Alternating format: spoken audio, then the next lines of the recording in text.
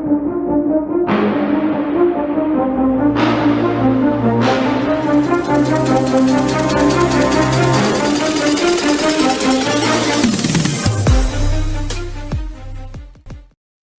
hang on a minute. I'm almost done sharing. Welcome back to another episode of Wire2Wire Sports Podcast. I'm the NFL genius, Gene Walzak, and to my right, I got the man, the myth, the legend, Kent State's own, Cleveland's own, College Cottrell. I think you're on mute, homie. I don't know why that keeps happening to me, but I was saying I kind of like this little, two-man show. No shots at Shally there, but like I get all these extra monikers associated with my name with him not being here. Everything that normally goes to Bill, you just kind of add it on to the name there. I can get used to that. I mean, dude, you deserve it. You're a fucking awesome guy. I'm a big Cottrell fan. Me too. If anybody didn't know, I'm a Cottrell and Audia fan. If you have a problem with it, then you can go somewhere and kick some rocks. I'm ready to rock and roll, and I'm ready for an amazing show. We have a lot to get into. We have the Super Bowl recap. I got a little thing to vent on in the NBA, and it's okay. It's not gonna go over well. Okay. But we got a lot to get to, bro. I'm like fired up. I'll get into the NBA when we get to the NBA, but let's start a little hot wire action, and let's get fired up. Absolutely. So I will go ahead and bring up the graphic here, and we're a little bit lighter this week on Hot Wire. Some small things kind of happening in the sports world though, but definitely some stuff we got to hit on. First things first here. You got FCS powerhouse North Dakota State University has officially announced that they will be moving up to the FBS side of things and joining the Mountain West Conference, specifically in football only, moving forward here, starting in the 2026 season. And with that being said there as well, typically under the general rules there, North Dakota State would not be eligible to compete for a conference championship during the first season. They would not be eligible for potentially making the college football playoff for the first two seasons there either, but they are ultimately contesting that, and they are looking to make the noise pretty much right away there. So, Gene, with all of that being said there, I know you know about North Dakota State University. How do you like this move for them? And, how soon do you ultimately expect them to start making noise up there with the big boys? I mean, they won't. They're not going to compete for a national championship. They won't compete for a conference championship. What conference did they join? Mountain West. I mean, I guess they won't be like a walkthrough. They're obviously, and I love what they're doing, right? It'll take years, 5, 6, 7 years for them to actually be able to compete in a conference championship. But when you consistently keep running through, like, what's the name of the division they're in? FCS? Yep, they're FCS. When you keep running through shit like that, I feel like it's time that you have to take the next step up to the big dogs. And that's what they did. So all respect to them for doing it. They'll probably get better recruits. They'll probably end up being able to play bigger games. It's the small fish in the big pond theory. They were a big fish in a small pond. They're now a small fish in a big pond. And they got to learn how to eat. They got to find ways to get their eat. But I think they'll get there. I think they'll be fine. I don't see them not. They're a good program, good run program. I think they'll eventually get up there. Yeah, I mean, ultimately, I agree there. I don't know if the turnaround time will be as long as you're kind of expecting there. The one thing that I definitely wanted to kind of point out, right away there is I look at James Madison essentially joined the FBS level in 2022. And they've already had, a conference championship. Now they've had a college football playoff berth already. And obviously we saw how the game, ultimately went with them in Oregon. So, they're not legitimate title contenders by any stretch of the imagination there. But North Dakota State is a really well-run program. And, I'd argue that they're run better than what James Madison is. And obviously we've seen how much success that they've had there. At that level. North Dakota State's a team that's won 10 national championships at the FCS level. So I honestly believe that I'm not going to say year one. I think year one would be a little little outrageous there, but I would not be surprised if in year 2 they absolutely competed for the Mountain West Championship, and we're talking about them as the team potentially from the group of 5 to make the college football playoff there. Like, I think they have that much talent, and let's not forget that while Colorado isn't necessarily your measuring stick, but last season when they still had Shador, when they had Travis Hunter, and they were a ranked team pretty much all season, that North Dakota State team gave them all that they could handle and then some. You know, it ultimately came down to the last possession of the game. And again, Colorado's not some crazy measuring stick, but while they had Shador and while they had Travis, I mean, they were ranked in the top 25 rather consistently. So, like, if that's the range that North Dakota State can be in, I think they're going to have a good opportunity to compete not only in the Mountain West, but a team that we're going to also be talking about, you know, making some noise and stealing the group of 5 spot for the college football playoff. Yeah, but the big difference is this, though. And this is what I think a lot of people miss. Colorado, the reason that teams like North Dakota State can compete with them is because they never built up their lines. Their offensive line and defensive line 2 years ago they were like Division II lines. The difference moving from FCS to Division I isn't the skill position players. Wire isn't scheme, isn't coaching. It's being able to get those 5-star recruits on in the trenches. The line. You can see when some of these, I don't say little schools, but some of these like major schools, like, you know, not Oregon, not Ohio State, like some of the, like, I guess the littler schools, the biggest thing they run into is not their coaches are getting out coached. It's not the scheme doesn't work. It's the big guys push around the little guys.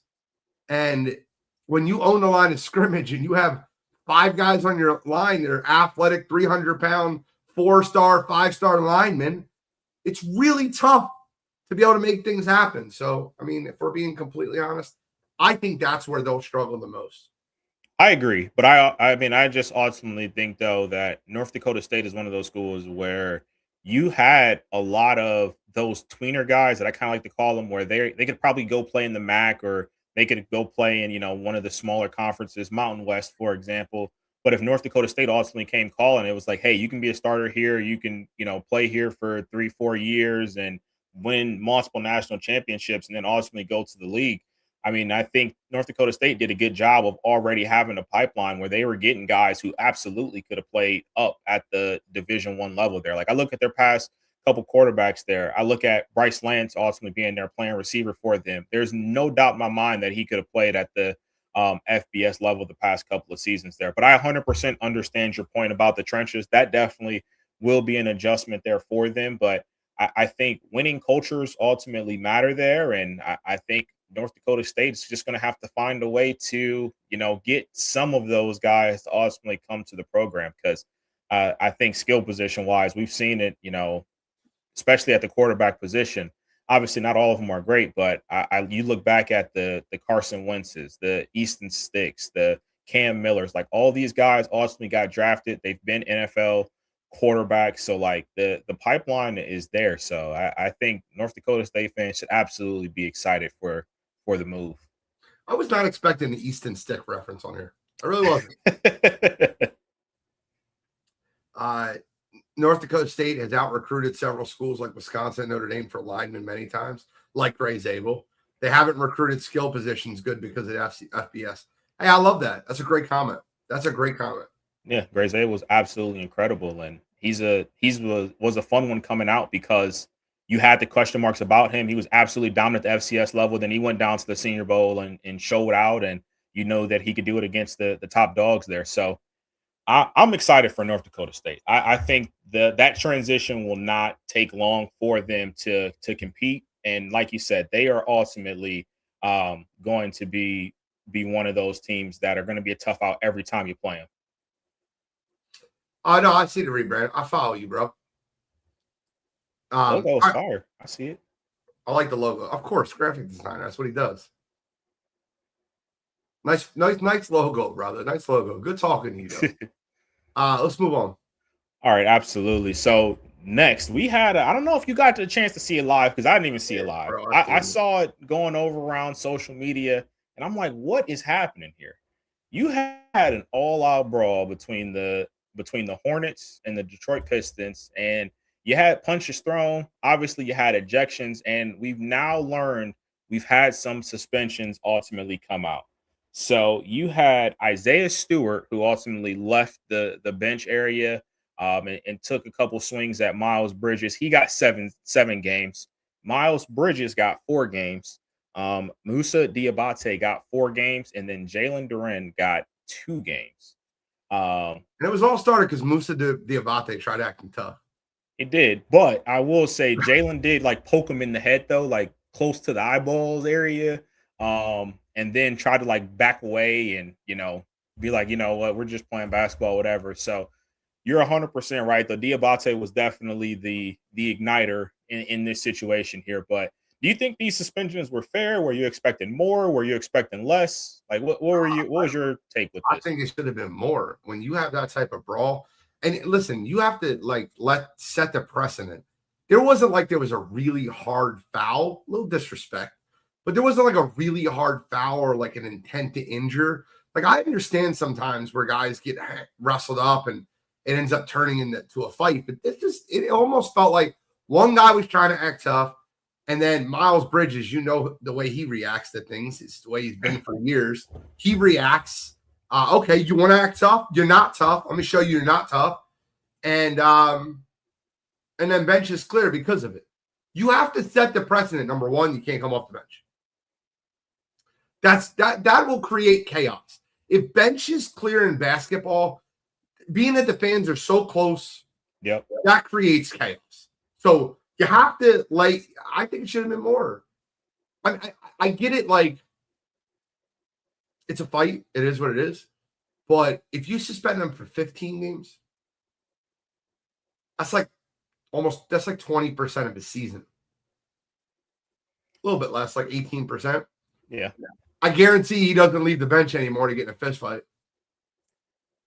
I'm of the same mindset with you, and I think not necessarily with all the guys that were on the court, but Isaiah Stewart absolutely has. I absolutely thought he was going to get more games with the situation that was happening there, and I also think the surprising part about it is that not that you should punish teams based on where they're at seating wise, but like I feel like you should account for, hey, this is a Pistons team that is playing both of these teams. Charlotte's playing well, and the Pistons are playing as a 1 seed in the East.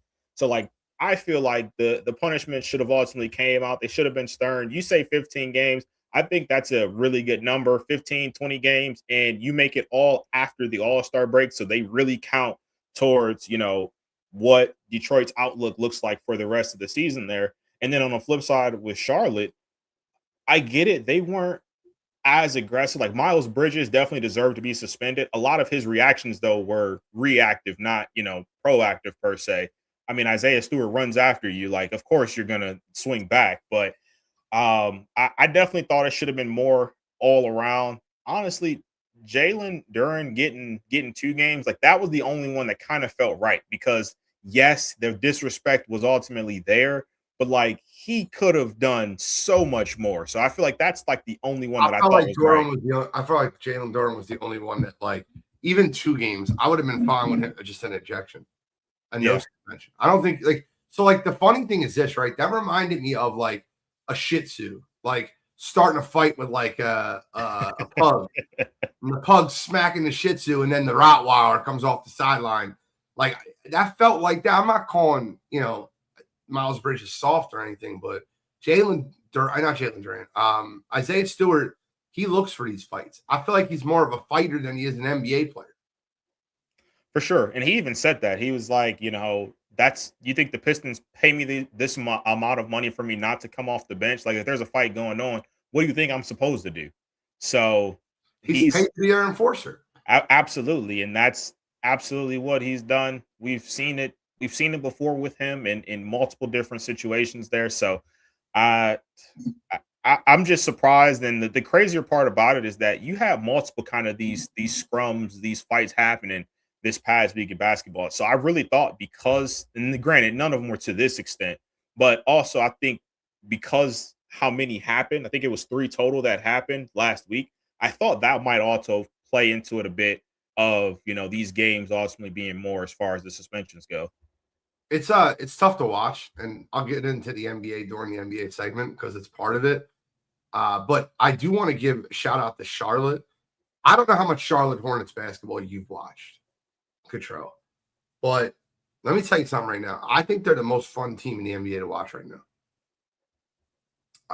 LaMelo Ball's playing at a very high level. Brandon Miller is finally playing at a level in which he was drafted at. And Con Knipple, this guy has absolutely proven me wrong. I'm right on a lot of prospects. Con, I called him Corey Kispert. And I called Corey Kispert trash. I said he's a better version of Corey Kispert. I remember when I said it. And all of a sudden, Con is showing you he's no Corey Kispert.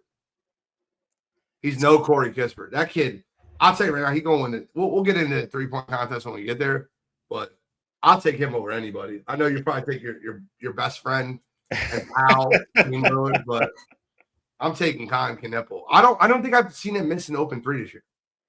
The crazy part about it is that obviously VJ's also been really good this year, but top two rookies coming from the same school. I didn't have Con on my bingo card either. Like I thought VJ obviously had a shot to be really good. I thought he was one of those consensus top 4 pick guys, like that we talked about before the draft there. Con was absolutely one of those ones where I was like, I think he's one of those ones where if you get stuck with him in the lottery, like you're going to be upset with the production that he's giving you. And I wasn't as down as Corey Kispert, but I was definitely down on him, and I didn't think he was a better version of Corey Kispert.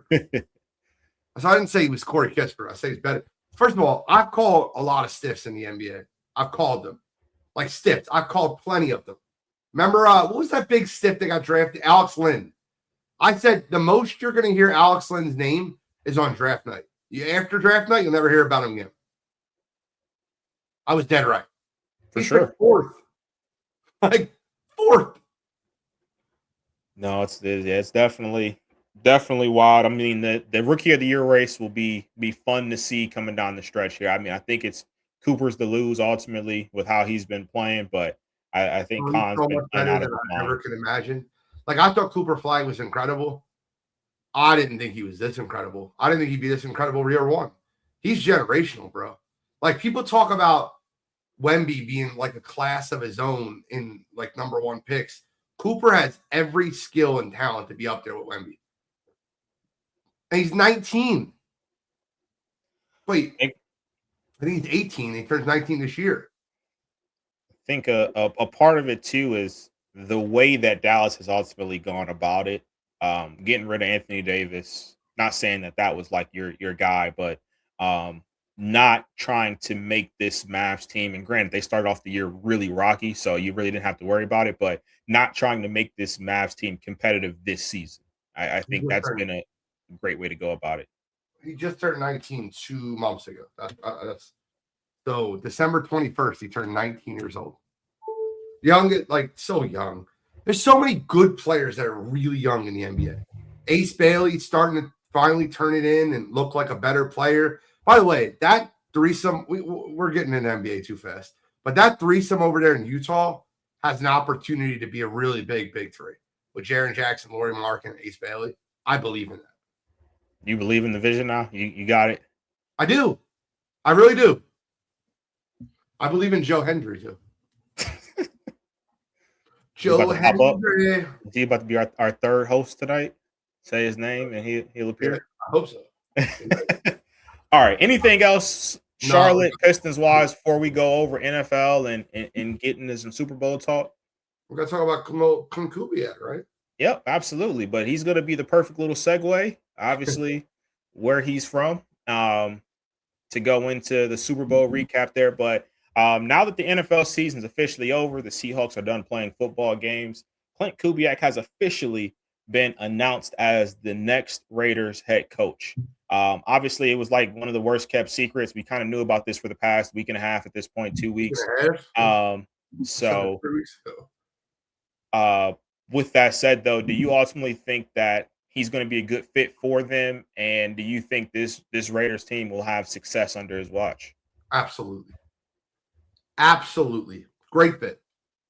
And it sucks because like part of me wants to go, no, I don't think he's going to be a good fit. They should have hired my guy. but I think he's a great fit for Vegas.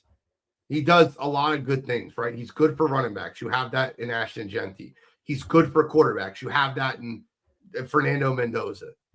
And he's huge on building up the offensive line. And his thought process is going to be, we're drafting Mendoza and we're putting all our money in their offensive line. I don't care if the Raiders lose every game next year, 41-38. If that offense is cooking the way they should, it's a good hire. Because next year is not about winning. It's about developing.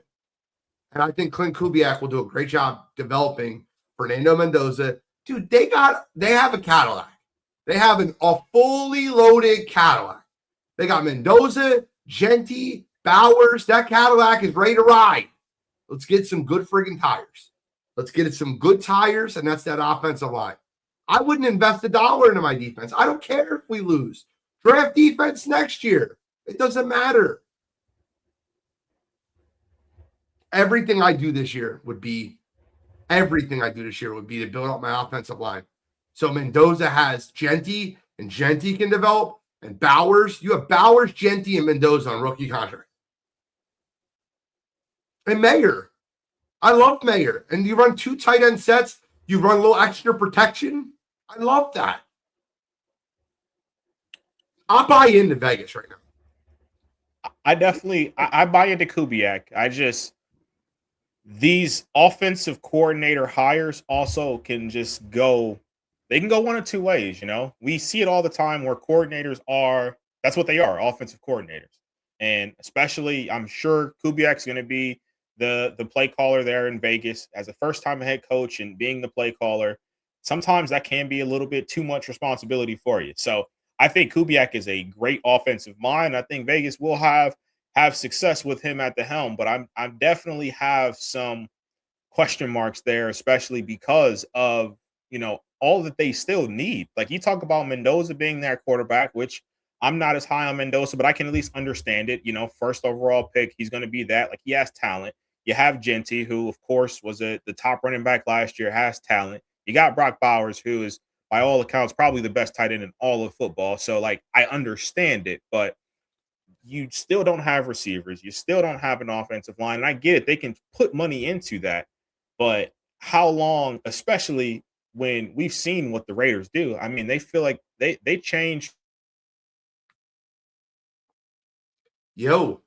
I don't know how often that you're gonna, like, how long Kubiak's leash is ultimately gonna be there in Vegas. So, like, that's the one thing I worry about with him. Will they give him enough time to ultimately figure it out and actually build a culture there in Vegas? I'm a believer. Tom Brady is there. He knows how to win. He's part owner. I believe. I do. I believe in Vegas. I really do. Buy stock in Vegas. I love the stadium. I love what they're building. Look, I'm a fan. I'm a fan of the hire. I think that is one of the top jobs to take over. Expectations are low. You have your franchise quarterback. You get to draft number 1 overall. You have a running back to build around on a rookie contract. You have look, Trey McBride would like to have a word about who the best tight end in football is, but we can talk about that on another time. I like Brock Bowers too. It's one of those things, but you also have Michael Mayer. Michael Mayer is a very good tight end that just looking for the right opportunity to flourish. And Mayer's probably a better blocker than Bowers. So you get both of them in the game at the same time, and you run full 11 personnel. I guess the biggest question mark that I will have moving forward here is, I mentioned it already with how much leash they ultimately give him, but if the Raiders are even as good as you think they can be in the future, that's going to be, AFC West is going to be the toughest division in football. You had, you know, obviously 2 playoff teams this year. The Chiefs are still going to have the best quarterback in the league in Patrick Mahomes for probably the next 10 years. And then you have this Raiders team that's ultimately up and coming there. So, I mean, something's got to give in that division. I'm kind of excited to see what ultimately happens there. So it'll be fun times to see how active Vegas gets this free agency, I suppose. And then ultimately see what happens with Max Crosby. Because I think if you can recoup some assets for him, that'll also help you long term there as well. By the way, I meant 12 personnel. I said that wrong, but you got What'd you say? I said 11 personnel. I meant 12 personnel, but regardless. I think it's a great hire. I'm very excited to see what happens with Vegas. I'm a believer in Mendoza. I know a lot of people aren't, especially on this show, but I'm a believer in him. I think he's going to be very good. So I'm gonna stick with it. With that said, I know we're about to talk Super Bowl, but just because we're talking about Kubiak, I'll ask you this here just real quick. How big of a loss do you feel Kubiak's void will leave Seattle for next season? Depends who they hire as offense coordinator. If they promote from within, if they do the Philadelphia thing and screw it up, then yeah, it's going to be a huge issue. But if they hire another offensive coordinator, that's a good offense coordinator, then no. I think it's a huge loss regardless, man. Sam Darnold's played for Kevin O'Connell and Clint Kubiak the last 2 years. That is what he's done well. You look at this year, Jackson Smith and Jigba had. I'm not saying JSN isn't a top 5 receiver in football. I don't think he's a top 5 receiver in football in every system. I just don't. Like, if you were to put Jackson Smith and Jigba up against A.J. Brown in a normal system, I would take A.J. Brown 10 times out of 10. If you're going to put Jackson Smith and Jigba up against CeeDee Lamb in a normal system, I'm taking CeeDee Lamb 10 times out of 10. Kubiak's system allowed Jackson Smith and Jigba to have the best wide receiver season we've seen this year. And nothing against JSN. I think JSN's great. But, like, put JSN and Puka on a wall. Who are you taking 100 times out of 100? I'm taking Puka. I get it. Yeah. And once again, nothing against JSN. Think he's great. Also, by the way, I didn't know how good of a kid he was. Like, he's a good dude. Like, listen to him talk. Like, just absolutely well-mannered personality. Not a typical wide receiver diva. Not cocky. Just very, like, you know, we're going to do our best and we're going to work. I don't know, man. I just like listening to him talk. I root for him now. I will say, just not to toot the horn, but that's your typical Ohio State receiver. That Garrett's like that. Olave is like that. The only one that's obviously just a little bit off is your boy Michael Thomas. My boy, slant boy, slant boy. Michael Thomas is the only one that's a little bit off there, but yeah, he's definitely reserved, and I think a lot of that is by design with Heartline. But I mean, that's too much on the Ohio State guys. Let's get into the Super Bowl. Yeah, let's talk about it. That dud.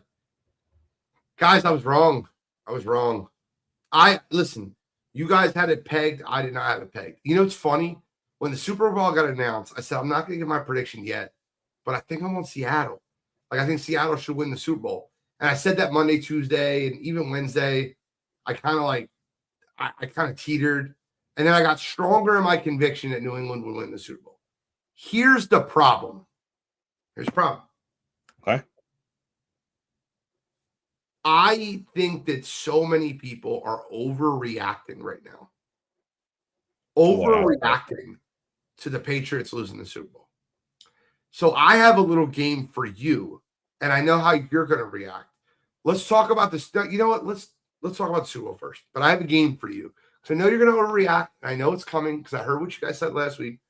But I was wrong about the game, and I'm happy for Seattle.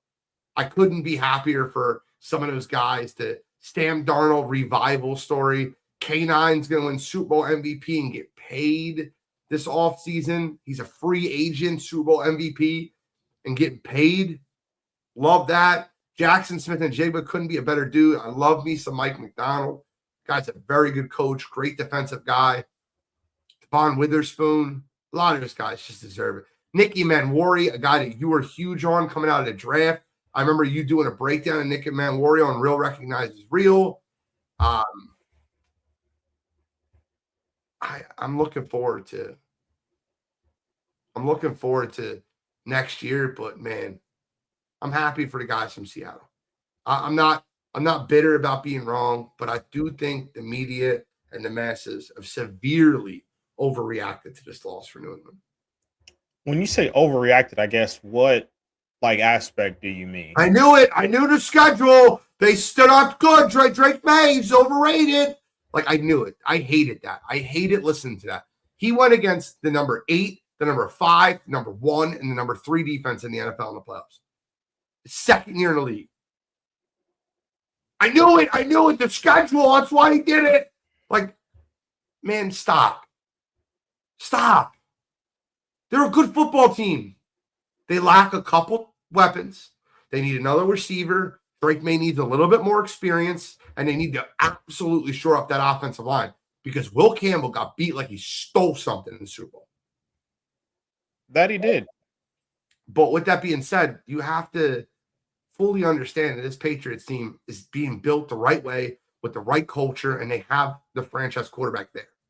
Don't jump off the Drake May bandwagon because he didn't look good in the Super Bowl.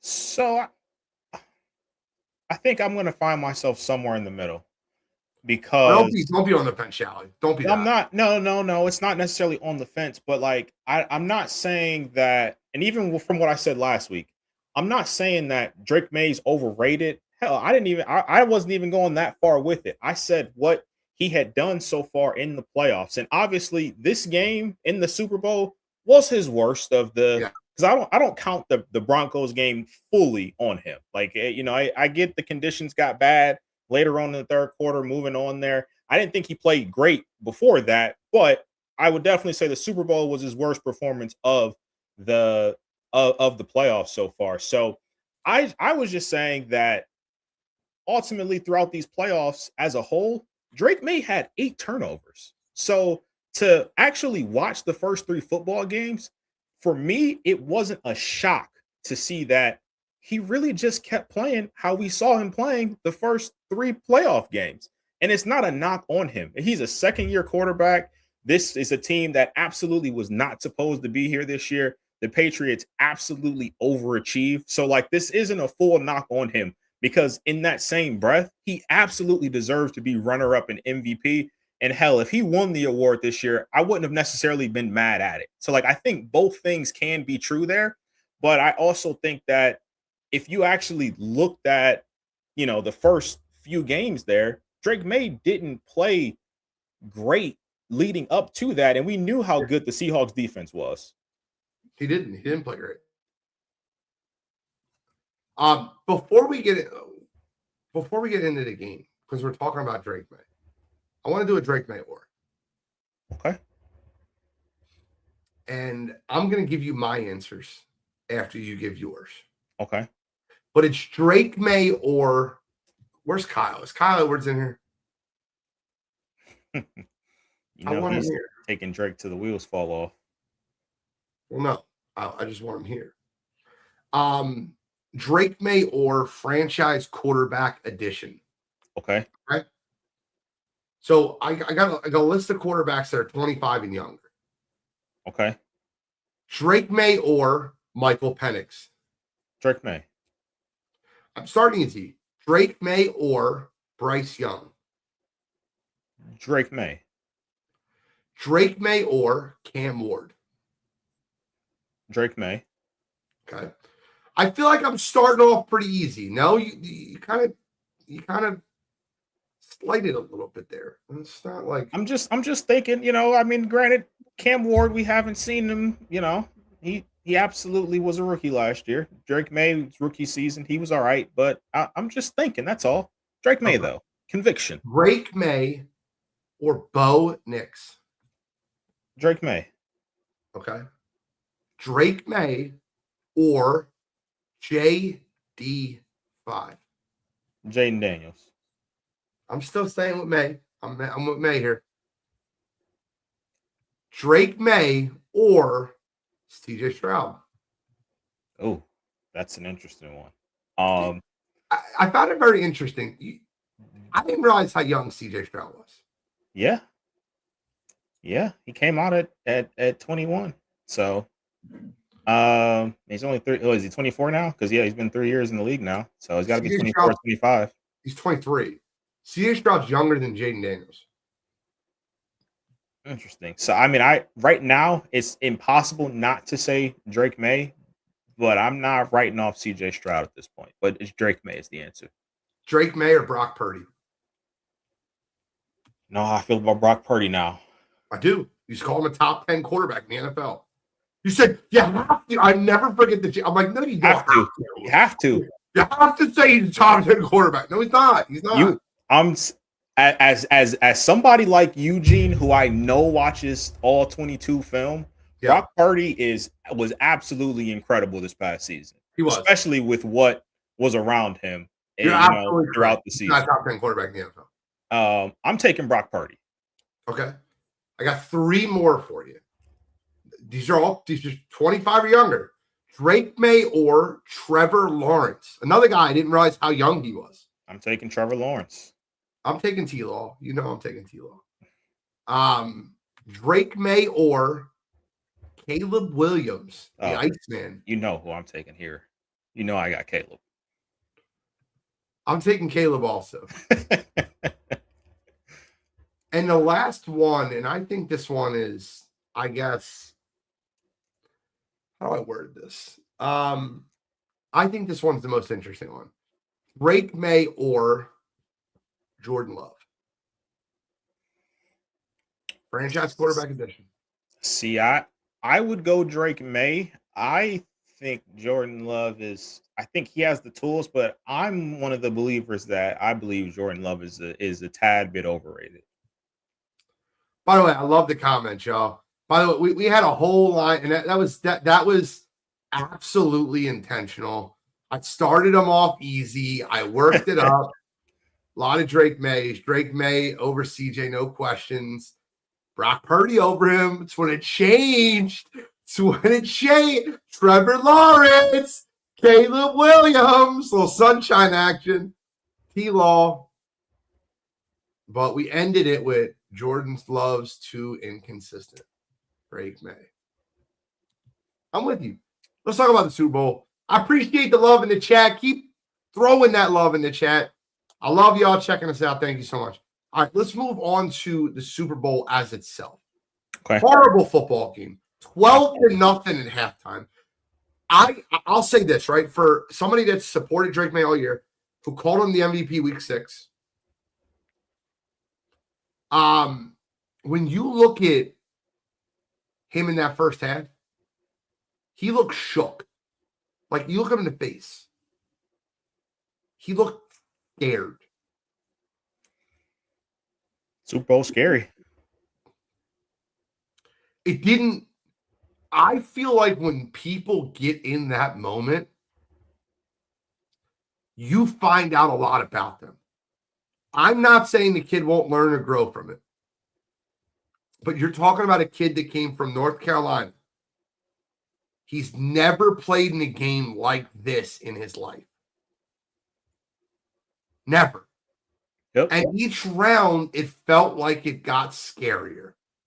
You know, the first round, you had it home. You had, a beat-up Chargers team. You really didn't have to do much. The second round, you did have it home, but it was in the snow, and you had the run game and a beat-up Texans team. Round 3, got to go on the road into a hostile environment in Denver, but you had no quarterback you're going against. And then in the biggest stage of them all, I'm not saying he won't grow, but when you looked him in the eyes, you've seen that I'm not ready yet. And I have faith in the kid. I have faith in Rabel. I have faith in McDaniel. I have faith in the Patriots organization. But you've seen something watching that football game. And if you're a Patriots fan and you're listening, don't lie to yourself. Your eyes didn't lie. His eyes, here in the headlights, scared to throw the ball certain places, threw the ball almost into the turf, gripping it too hard, throwing it. When you see a quarterback throwing the ball down, it's because he's trying to avoid defenders. It's the age-old thing that he's forcing the ball into a certain spot. And then in the second half, it was very obvious. Mike Rabel said, bro, you got nothing to lose. We're down 12-0. Start airing it out. And he started making mistakes. Two picks. Or a fumble. I don't know what you want to call the one. Was it a fumble or a pick? I don't know. I think they scored it as a fumble first and then changed it to a pick. So got the job without proper training, and now the training manual is skipped over. It's happening before him, and he don't know what to do. I don't disagree with that. I think he should have got the job. I think he did all the training. I just think that you learn through experience in those football games. He definitely was afraid of messing up in the first half. Now, when I felt bad for that Patriots defense. One player in particularly stood out to me. And that player is Seagon. Christian Gonzalez had himself a game. Next 5 years, you taking Christian Gonzalez or Devin Witherspoon? Christian Gonzalez. You said that with like conviction, no thought. You thought about Drake May over Bryce Young longer than you thought about Christian Gonzalez. The only corner in the NFL that I'm taking over Christian Gonzalez at this point is Derek Stingley. Yeah, Derek Stingley. He's the only one. PS2 is of course, in that conversation too, but definitively who I'm taking over Gonzalez at this point right now would be Stingley. He's the only one. Christian Gonzalez, it was one of those guys where I'm not going to say I was iffy on him. I always thought he was good. I just wanted to see more out of him as a true number one corner, and I saw everything I had to see this season from him. Incredible. I take Stingley over him. I take PS2 over him. Call me a homer, but I love me some Quignon. I'm not necessarily taking him over him yet. Okay. He's right there in the conversation. I love Quignon too. Quignon Bay. At Toledo, I was on top of him before the draft happened. You're absolutely right. I never watched a Toledo game. You're not lying to yourself. I don't know. They took a corner out of Quignon. I was like, they got to take Cooper DeJean. And then they took Cooper DeJean in the second round. I'm like, I don't know how that happened. But whatever. It worked out well. The guy is ridiculous, and the height is uncontested, especially with how he moves for his size. I don't disagree with you. What did you think about the football game, Cottrell? Love to hear your opinions. I mean, as a whole, just sticking with the love of Christian Gonzalez, I thought he was the best player on the field, both sides of the ball. I know, obviously, Walker got MVP there, and that was well deserved. But Christian Gonzalez was a big reason why that game wasn't over before halftime. The deep ball to Shaheed, even if it's not a touchdown, I thought Shaheed was falling down. But even if it's not a touchdown, ultimately, you have to think that that's going to turn into points one way or another there. So that was a huge play. The one on JSN, obviously Sam Darnold threw it a little bit behind him, but for a lot of other people, that could be a touchdown there as well. So I thought Christian Gonzalez played absolutely out of his mind. But as a whole, though, I definitely feel for those Patriots defenders, everybody on the Patriots defense, because they were really doing pretty much everything they needed to slow down that Seattle offense. And it was just one of those, bend but don't break, bend but don't break, bend but don't break. And then obviously in the second half there, you're going up against a great offensive mind like Clint Kubiak. You're going up against the, high-powered offense like the Seattle Seahawks have been. And they have not made the mistakes on offense either. They went the entire postseason without having one turnover. So for that to ultimately happen, it's going to be tough to beat a Seattle team when they're playing like that. And on the flip side of it, you have their defense playing absolutely lights out. So I thought this game was a boring one, not just because it was lower scoring, because we all expected that to be the case. But I thought it was more so boring because there was no counterpunch, if you get what I'm saying. There was never a moment where I felt like Josh McDaniels was like, all right, we see that they keep blitzing us this way. We're going to, throw a cross screen here to just go against the grain and try and pick up some cheap yards or things like that. That ultimately didn't happen. It just felt like rinse and repeat for 3 quarters. And then it finally started to open up there as we got later on in the game. But at that point, it was too little too late. And then, of course, Drake started pressing, and we saw the 2 turnovers there at the end. So give a ton of credit to Seattle. But, ultimately, I think it's one of those things where Seattle's defense, their mindset coming in had to be make Drake May uncomfortable, and you'll see that the offense will not function how it's supposed to, because they had absolutely nothing going in the run game. Okay. Let's take a step forward here, right? So when you're looking at everything that broke down in this football game, I think Kenneth Walker played out of his mind. I think he was playing great football. And when Zach Charbonnet went down, he earned himself some money. Drake May, when you watch that all 22, missed a lot. And I mean a lot of open receivers. You don't get to see it on the broadcast. And I invite you. Matter of fact, anybody that wants to, I'll give you my NFL Plus logins. Rewatch that game. No, they didn't. It's not accurate. It sounds like it's accurate. I love it, Derek. Not accurate. The Eagles didn't blitz Patty. They won with a 4-man rush. The Seattle Seahawks blitzed Drake and confused him, and Drake May did not find the open receiver. Patty Mahomes, they had 7 guys dropping in the coverage. He had nowhere to go with the ball. See, this is not. That wasn't this game. This wasn't correct. I love when there's a great defensive battle. And I know that this is like a conversation that comes up, like defensive, like that's not what happened with New England. You can admit it. You don't have to admit it. It's fine. Watch the all 22. I'll give you my login, Kyle. I'll give you my login. You'll see how many receivers Drake May missed that were wide open. Even on the interception. If you look at that interception that he threw, the deep ball, he had 10 yards of separation if he throws the ball to the right sideline. Yep. Put it on the pylon. That might be something. I think the Patriots defense played great. I think the Seattle Seahawks defense played great. I can watch good defensive football. There were a bunch of passes that should have been caught also.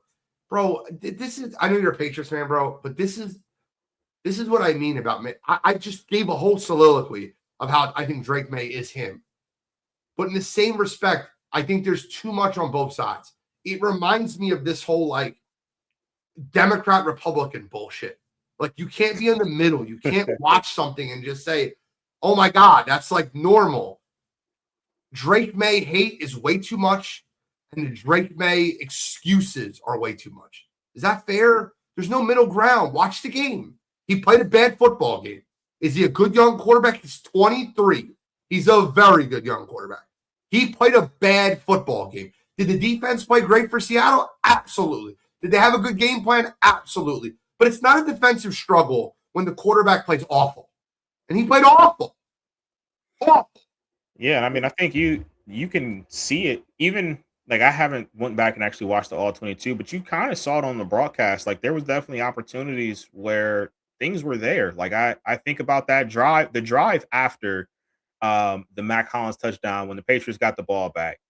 It felt like, Drake May was getting into a rhythm. And even on the broadcast, you had Collinsworth that basically said, like, all right, Patriots offense starting to get in the rhythm. And then literally next play throws the pick. And not only was it a bad throw in itself, it was something that didn't necessarily need to be done. Like if you're going to miss your receiver in that spot, you have to miss it where it's floating out of bounds or put it in a spot where only your player can ultimately get it there. So I'm with you. I thought that Drake didn't play a good game at all by any metric. But even with that being said, again, if you're a Patriots fan, you have to be okay with how this happened because you weren't supposed to be in the Super Bowl this year anyway. Everything that happened after, winning your first playoff game really was a plus. You weren't supposed to be 14-3 this year. You weren't supposed to be the 2 seed. And you damn sure weren't supposed to have the runner-up for MVP and, a spot in the Super Bowl. So you should be thinking that everything moving up here should be gravy and that the sky should be the limit for this team. I gotta do this. I have to do this. I wouldn't be me if I didn't do this. Guys, this is not a political show. We will not get into politics. Uh-oh, where are we going? We're going to halftime show. Okay. And if you're a person that had a problem with the halftime show, I need you to explain to me why you're a resentful human being. I mean, he didn't play great in the Broncos game either. It makes you wonder, is that shoulder 100%? Come on, bro. Come on. He set a record. And see, I don't like that either. That's garbage time times 100, bro. I need someone to explain to me in the chat. Like, help me. I don't want to argue. Actually, I'm lying. If you have a problem, like with the Super Bowl halftime show, especially with the message that was presented, There was a wedding. There was a child that was there that was detained. Like, and I'm not getting into the whole ICE thing. I'm not going to argue it back and forth about that. I'm not doing that. But the message was peace, love, happiness, and inclusion. And yet we had like a Kid Rock lip sync one song on YouTube, and people are lying over their numbers. Like, what are we doing? What are we doing? If you don't like the halftime show, go get a slice of pizza. Talk to your friends. Shut up.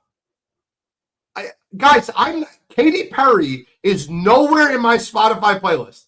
I'm not listening to Daisy Dukes and Bikinis on Top. Did I complain about the left shark? No. I don't care. If I don't like the show, guess what I do? I watch the commercials. I get a bite to eat. Like, what the hell is wrong with people? Oh, and by the way, for those saying, oh, it's not an American. Puerto Rico's American. You do realize that's stupid. And then the second part, why is he doing the halftime show? You guys know the NFL is trying to go global. Why don't you go ahead and Google the number one artist in the world right now? Go Google it. I'll wait. We'll pause the show. Go Google it. I just don't understand the ignorance and hate of people. I'm not on either side of the fence. Cottrell will tell you I'm probably the most moderate human being on the planet. Am I lying? No. I can't understand the ignorance of people. I just don't get it. Bro, I've removed like 5 people from like my Facebook because of how ignorant comments they've made.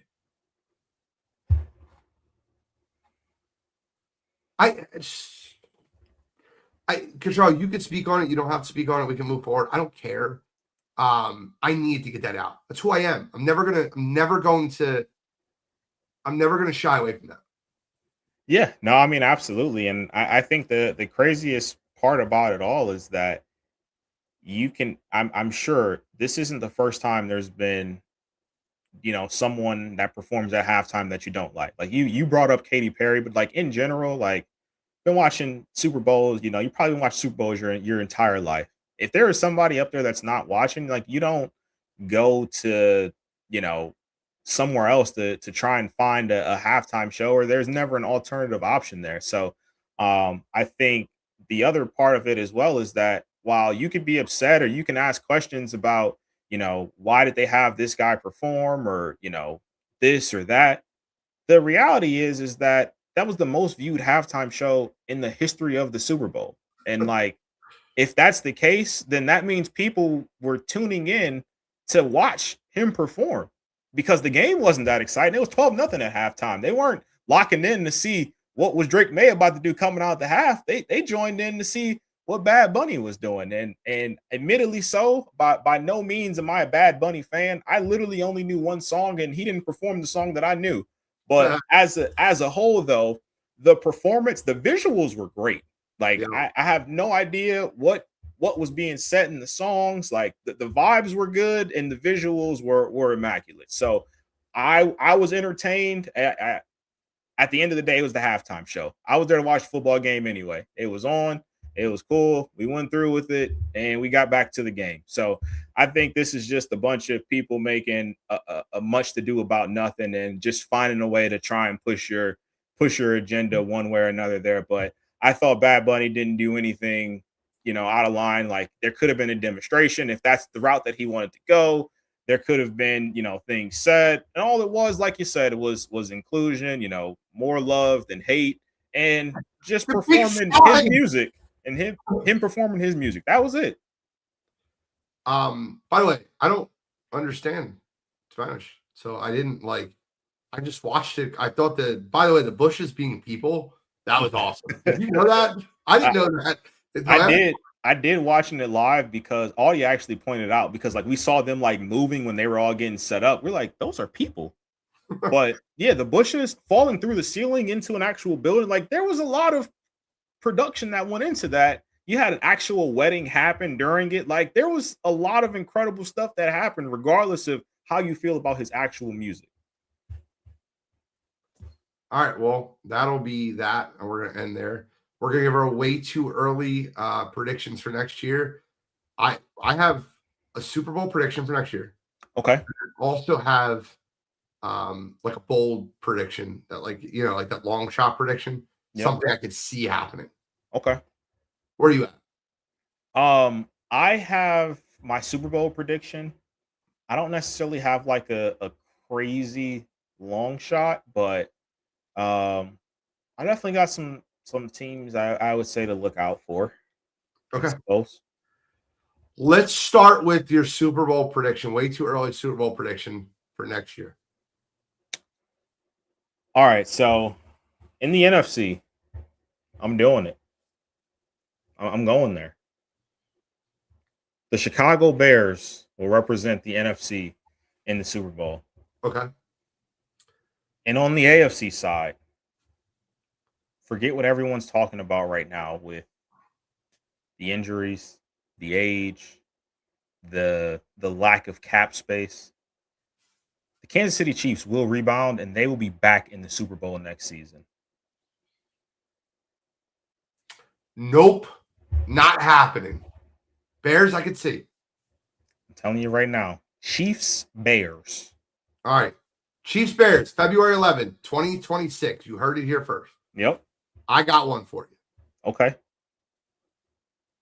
I think John Harbaugh is an overrated coach. Okay. Give me the Baltimore Ravens with a revamped defense. Lamar Jackson, Derrick Henry. They go out and get themselves another wide receiver. And I have the Baltimore Ravens. Revamped defense, little Roquan Smith, Kyle Hamilton. A bunch of guys, some injuries coming back. Versus the Swan Song. One last ride. The Los Angeles Rams play a home Super Bowl. Stafford, McVay, Stafford's last ride, maybe Devontae Adams' last ride. And it's a storybook Super Bowl. Rams, Ravens. Okay. Now for my long shot, who do you have? Do you have a long shot? Any bold predictions? Anything you could see happen? Like a team like the Patriots who finished like, I don't want to say they don't have to finish last, but a team that might not necessarily made the playoffs or might be 50 or 1 odds or higher to go to Super Bowl. I'm not going to say make the playoffs, but I'm not going to say win the Super Bowl, but I think a team that is going to be a complete 180 from what they were this past season is a team that's built very similar to what the Patriots were. That's Tennessee Titans. I'm buying a lot of stock in what they have there. Same situation where you have Cam Ward, how the Patriots had Drake May. You bring in a new coach with new culture, and you bring in a guy who Brian Dable has, worked with every single quarterback that he's had and made them better than how they were when, before he got there. So I think with the Titans as well, having a ton of money to use in cap space, they are a team that can absolutely flip this thing upside down next season. Again, I don't see them necessarily going to the Super Bowl or winning the Super Bowl or anything like that, but I absolutely think they're going to be a team that's in the playoffs next season. I don't want to be silly when I say this. I think these are both realistic teams. One team actually made the playoffs. The other team didn't make the playoffs, but was predicted to. I guess it would be a long shot because nobody's talking about it. But I'm going to go with the Detroit Lions and the Jacksonville Jaguars. I think Jacksonville finally has some serious money to spend this offseason, and they revamped that defense. I think Trevor Lawrence and Liam Cohen take another step forward. I like Jacksonville. I think they're going to be a very good football team this year. Give me Jacksonville versus Detroit for my long shot Super Bowl. I like Detroit too. Detroit is a really good, in my opinion, I think they're in a good spot because now you know what they were missing. It was clear as day that the interior of their offensive line did not hold up to what the expectation ultimately was. And then on the defensive side, they just had a lot of injuries. Like at some point there was a straw that broke the camel's back there, and they just really couldn't rebound from all the injuries. So you get some depth on the defensive side of the ball, you get all your guys back, and you shore up that interior. The Lions absolutely can be there. I definitely see that. And the Jags with a ton of cap space. I can see that as well. So that I can see both of those. I do have something fun planned for you because I know we don't have trivia and it is 8 o'clock. So I have I'm going to play a game where you're going to eliminate every player. You're going to do it yourself. Okay. Now, the chat is going to count on you to win because if you win this game, I will be sending $50 cash to one random listener, but only if you win. Oh, brother. Okay. And we will $50 cash to one random listener. Is that fair? Okay. But only if you win. Now I'm kind of stalling because I have to find it. I got it right here. It's not that bad. Not that bad. I think it's actually gettable. Okay. But it's definitely not easy. Okay. All right. Let's see what we got. $50 cash. Hang on 1 second. Philly. What? That's my first answer. Philly. No, it's one of those eliminate.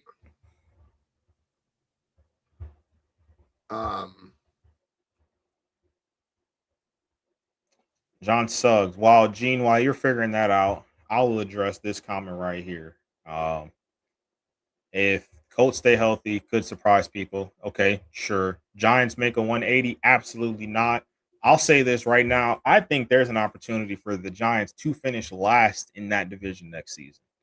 I think JD5 coming back.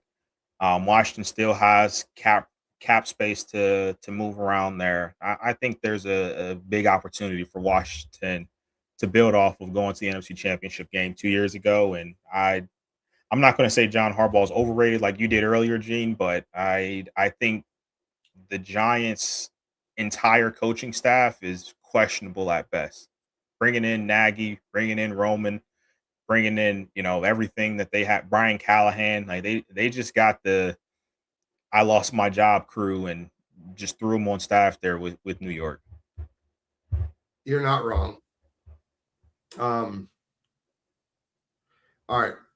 Which of these players who has played the most games since 2020? So I need you to write this down, okay?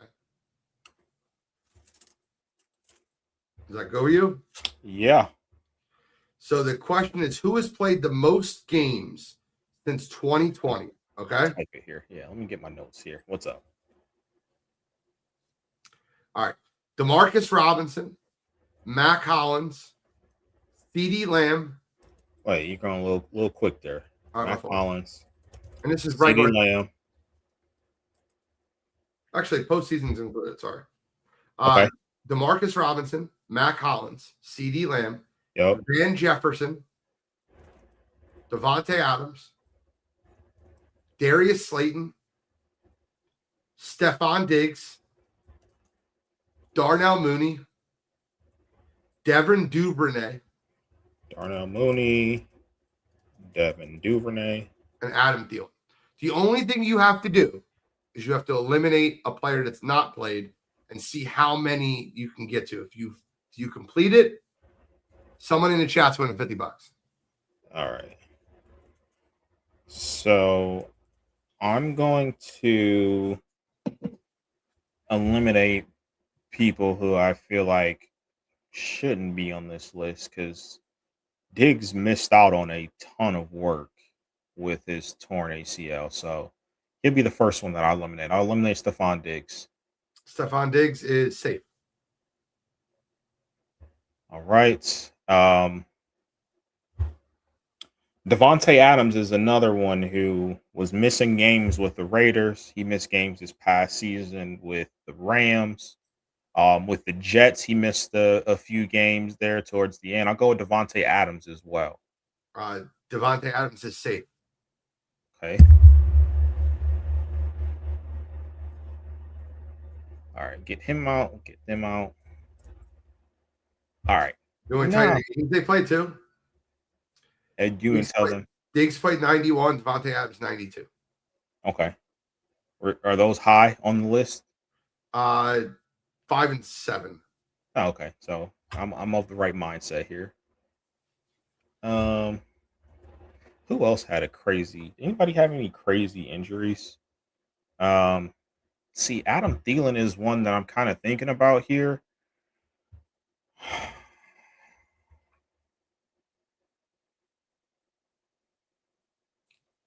I'm gonna go with see CD missed a lot too. I'll go with CD Lamb. Let's get CD off the board. You're safe, but be careful. Number 2, CD Lamb, 95. Okay. All right. Darnell Mooney is another one who I feel like has some injury history and always misses a couple games in the season. I'll take Darnell Mooney. You're safe. He's number 8 with 91, tied with Diggs. All right, we're rolling here. You are rolling. You're rolling, bro.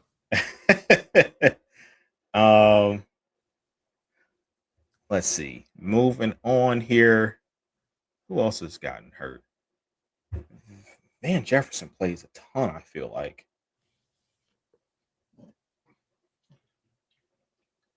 Devin Duvernay also plays on special teams, so he plays every game. I'm going to go with Darius Slayton. You are safe. He's number 6 with 92 games. Okay. Get him off the board here. All right, now we got 5 left. You have number 1, number 2, number 4, number 10, and number 9. All right, I'll take him off the board. He, for whatever reason, he's just standing out to me. Demarcus Robinson. You're eliminated. You hit the bomb. Demarcus Robinson has played 97 games. He is number 1. Wow. Nice shot, though. The order exactly was, hold on. The order exactly was, I actually read it in order accidentally, but I didn't want to. I read it in order.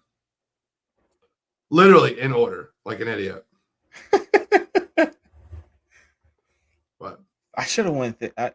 I would have eventually guessed Robinson. I thought the top guy was actually going to be Van Jefferson. He was 4th. I mean, in order. You have the order right there. Yeah. Good effort. I will do another one of these next week for a chance for someone in the chat to win $50. Why not? Let's have some fun. Anything else NFL you want to touch on before we move on to the National Basketball Association? I think the only other, I guess, question mark that I have here is, do you have any crazy takes you want to just like let fly with the NFL before we move on here? Like, it's February, might sound crazy. Like, I know a couple years ago, one of them was, you said Joe Burrow. This is going to be like Joe Burrow's last season playing football.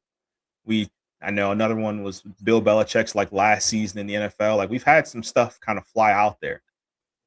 I don't want to get into Eagles. See, we talked about that before. But would it be a crazy take for me to say the Philadelphia Eagles don't make the playoffs? That would be a hot one. I don't think the Philadelphia Eagles make the playoffs. I think they're falling apart at the seams. Truly believe it. Oh, by the way, been right about everything Philadelphia Eagles related this year.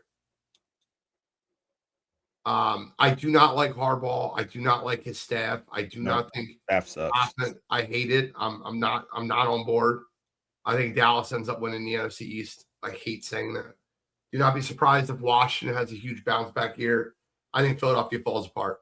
Truly believe it. I heard the Micah Parsons AJ Brown interview. I feel that Micah Parsons is an idiot. So, like, most of the times when you listen to him, like, you hear him say something that's just outlandishly dumb. I'll end it there. I don't want to get too far into that. I want to stay on topic. Outlandish takes. That wouldn't be outlandish. She finished 3rd, so I won't do that. Will Anderson for DPOI? Is that where you're going? No, I think Will Anderson's.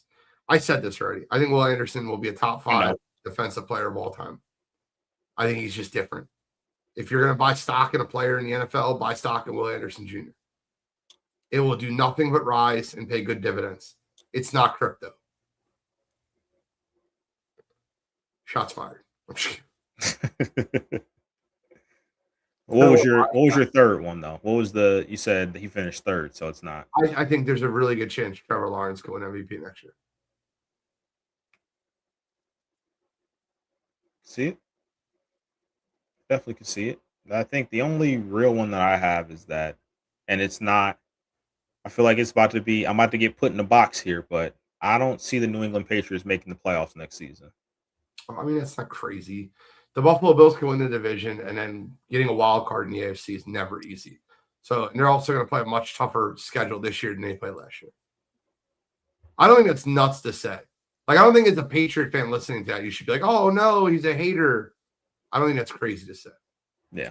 So that's the one thing that I've kind of noticed and kind of felt conviction with. Just, I feel very similar to, and they didn't necessarily lose the pieces, but I feel very similar to how we both felt about the Detroit Lions last year about this New England Patriots team. They won't be bad. I just don't know if they're going to be good enough to make the playoffs. Yeah, I think Houston's going to be really good next year, too. I think Houston and Jacksonville can be two of the top teams in the AFC. I'm fully bought into Miko Ryans. I'm fully bought into that defense. I just need that offense. And by the way, I do want to say this. Your boy CJ Stroud's got to wake the hell up because ever since Bobby Slowick's left, he's been nothing but spiral. Absolutely. Quinn Ewers, starting quarterback, Miami Dolphins. They win 8 games. That's there you go. There's my bold take. Quinn Ewers, starting quarterback, Miami Dolphins. They win 8 games. I think they'd sign up for that too, for sure. Head coach Chris Shula, not Chris Shula. I wish they would have hired Chris Shula. Yeah. Who'd they hire? Who'd Miami hire again? Halfley. Oh, yeah. Defense will be good, and they upgraded Bobby Slowick, the offense coordinator. Yeah, that's it. NFL for me. I mean, I was just curious if we had anything hot to just let it fly. I have an NBA rant that I need to get out. Oh man, let's do it. Control. How much basketball have you watched this year? A lot. I've heard of tanking in March. I've heard of tanking in April. I've heard of some teams tanking after the All-Star break. Never in the history of ever. Now, I've heard of teams tanking for a season. Like the Philadelphia 76ers. Never in the history of basketball have I seen so many teams purposely trying to lose basketball games and make it so evident. Yep. Example 1, Sacramento Kings. They're in a 2-point game with the Los Angeles Clippers. With 3 minutes and 56 seconds to go in the third quarter, they removed Domantas Sabonis, DeMar DeRozan, and Zach LaVine, their best 3 players. They did not return to the basketball game.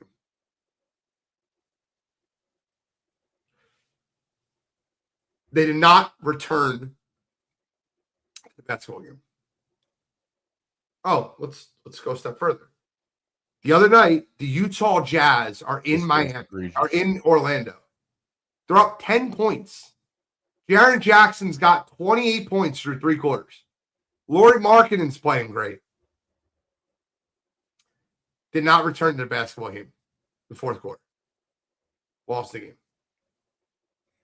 Did you see their coaches tonight? Did you see their coaches' press conference afterwards? Yes.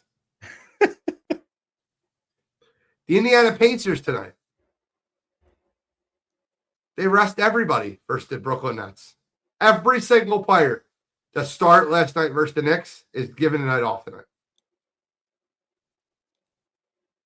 Every player.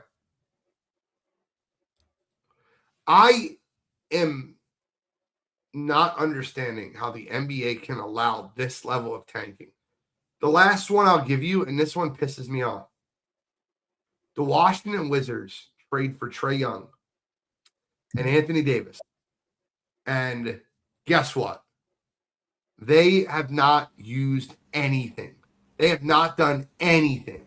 They have basically sat there and been in this situation to where they're just going to sit them the rest of the year.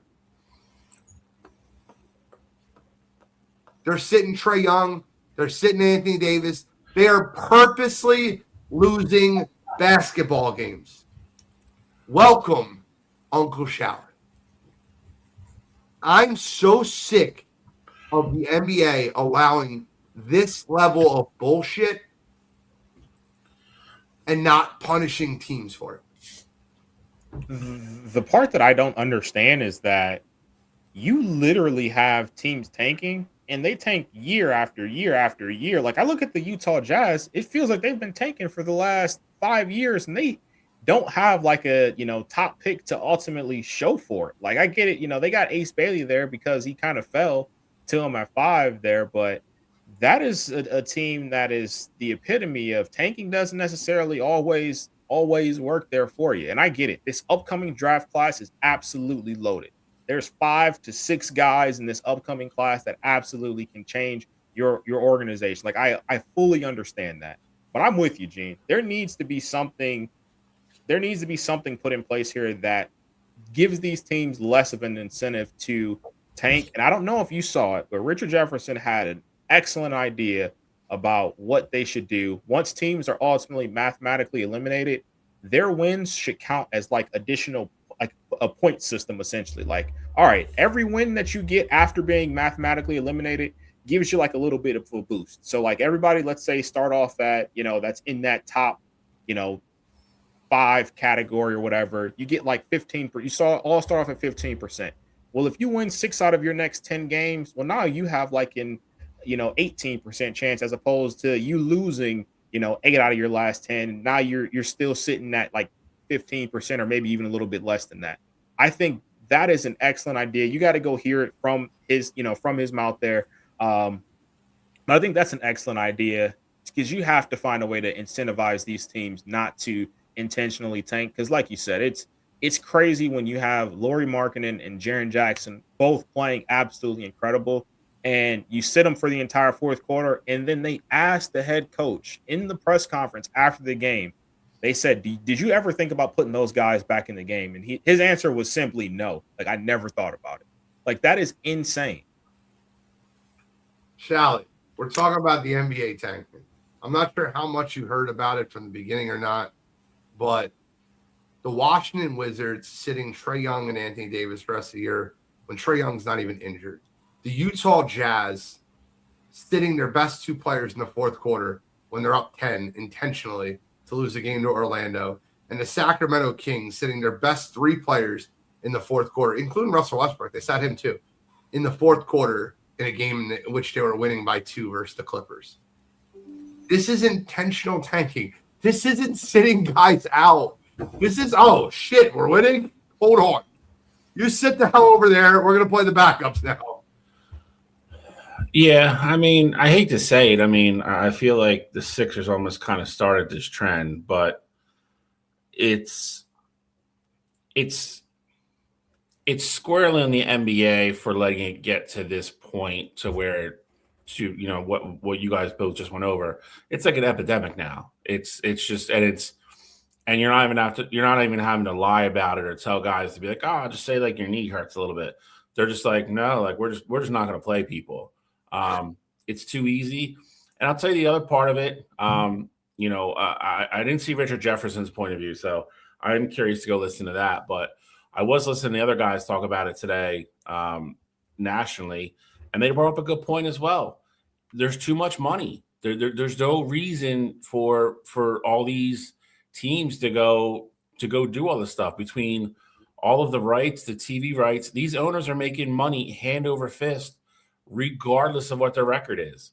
I think that's part of it, and I think that has to come into it as well. If you want to tank, okay, like Cottrell was saying, you get like, we could make wins worth more. Well, if you're going to lose on purpose and sit a Trae Young who's healthy, or sit your 3 best players in the fourth quarter when you're winning, with no intentions of putting back in the game, and you lose, you should lose part of your portion of all the TV rights and all that stuff. Penalize. The one thing you'll do to get owners' attention is to penalize them financially. You start taking money out of their pockets, they'll start listening and stuff will start changing. I just think it's been going. It's just this stuff's been going the wrong way. Between what the Sixers did, but the only thing I'll say about the Sixers is we joke about it now, but like there was like everybody knew they were doing it, but it was with everybody knew what the plan was. Yeah, but they were trying all game. They put a terrible roster together. That's what I'm saying. With friggin' Sacramento sitting their best 3 players in the fourth quarter after winning the game. Agreed, and that's what I was going to get to. It's still different than what's going on now, and it's the NBA's fault for letting it happen. I have to be honest. Like they could step in at any point and then be like, this we're just not letting you guys do this anymore. If guys are healthy, they need to play. I feel like load management plays into this a little bit.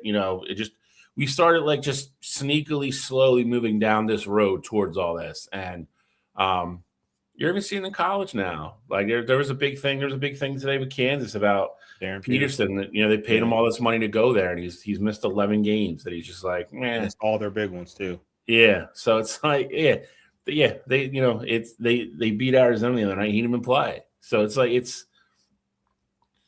I think if you. It's going to become a big portion of a really big conversation, I think, in the offseason, some of which we've had before on the show about load management and season ticket holders and blah, blah, blah. And now you're going to add this into it. You talked about money, Shao.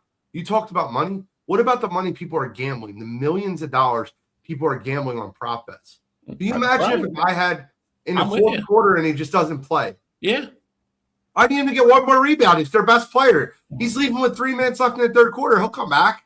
And that to me that's the teams just saying, well, we don't care. But at the same time, it's really not that much different than, somebody kind of throwing a game. Like you can't have all these people.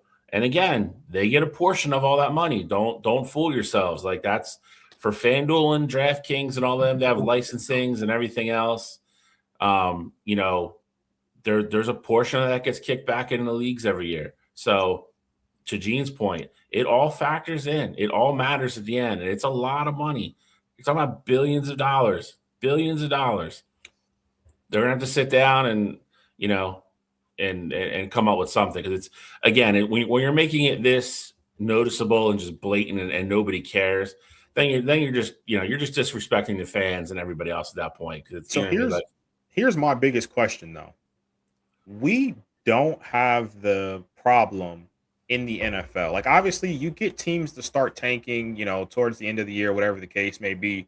But it feels like we see year in and year out the week 17, week 18 games where it's like, oh, all this team needs to do is lose, and they're going to be guaranteed the number 2 pick, or they're going to be guaranteed the number 1 overall pick, and then they go out and win the football game. Why isn't it a problem in the NFL, and how can you – is there a way to bring that to the NBA? You can't play football half-assed. You can't. You'll get hurt. What did you say? You cannot play football half-assed. So you're right, True. but you're also talking about like sitting guys out. Like, let's say this year, the Raiders did that. They sent Max Crosby home. They did that this year. Their Giants did that. They sat everybody for a week. I get it. The Cowboys did that. They sat everybody for the second half of their last game. But that's the thing, though. The Giants were still winning football games. So they didn't sit Jackson Dart. Like, they could have sat Jackson Dart and said, hey, we're going to go get the number 1 overall pick, and we're just going to, have that be that. But that's not ultimately what happened. Like, I think back to a couple years ago when, the Texans were in line to get the number 1 overall pick when they ultimately took C.J. Stroud and Lovie Smith went out there and won that last game. Or I think about when the Patriots were in line to get the number 1 overall pick, then they won a football game and they ended with Drake May at the 3rd overall pick. Like, we see it all the time. Even when teams are trying to lose, that they still sometimes go out and win these football games and lower their draft ranking. I think part of it is I think part of it is definitely what Gene said too. You can't go on a football field and play not to get injured because you'll get hurt. It's either going to go out there and play or don't play. I think the NFL is unique in that until you really get down to pretty much the last month of the season, you have so many teams that are still in it that you don't even have to worry about it. Like, they're still mathematically in it. And every game in the NFL matters so much because they play so few games. That's part of the problem. Not part of the problem. It's a good thing for the NFL. Reverse that, go to the NBA where they play so many games. You have half of each conference making the playoffs every year. They don't worry about it as much as, say, football, where, getting the bye is looked upon as, the saving grace. And especially because of how physical football is, that week of rest matters to your guys. NBA is like, if we're the 6 seed, we're the 3 seed, like whatever, we'll just get in and play, and it's not as big as a deal. And football, I think honestly, dude, as much as you still see it in the NFL, I think NFL players care more. I just do. I think they have more pride and they'd rather go out and win than lose. Like, if you're gonna go out in the field, play offense, defense, whatever, play 60, 70 plays and get your ass kicked, get bruised, put your body through all that, why would you want to go out there to lose?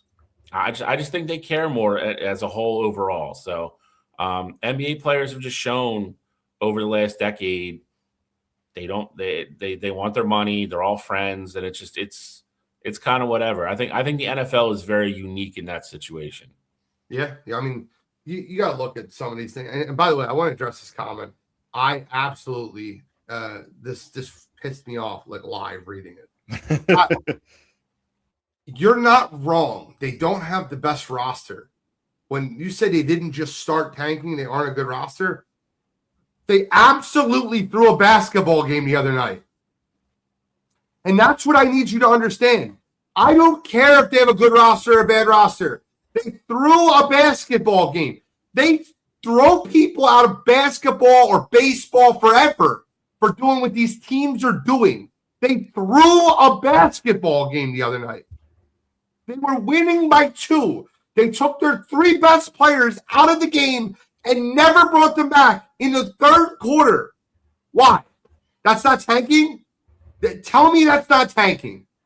What the Jazz did versus the Magic the other night should be criminally investigated. They were up 10.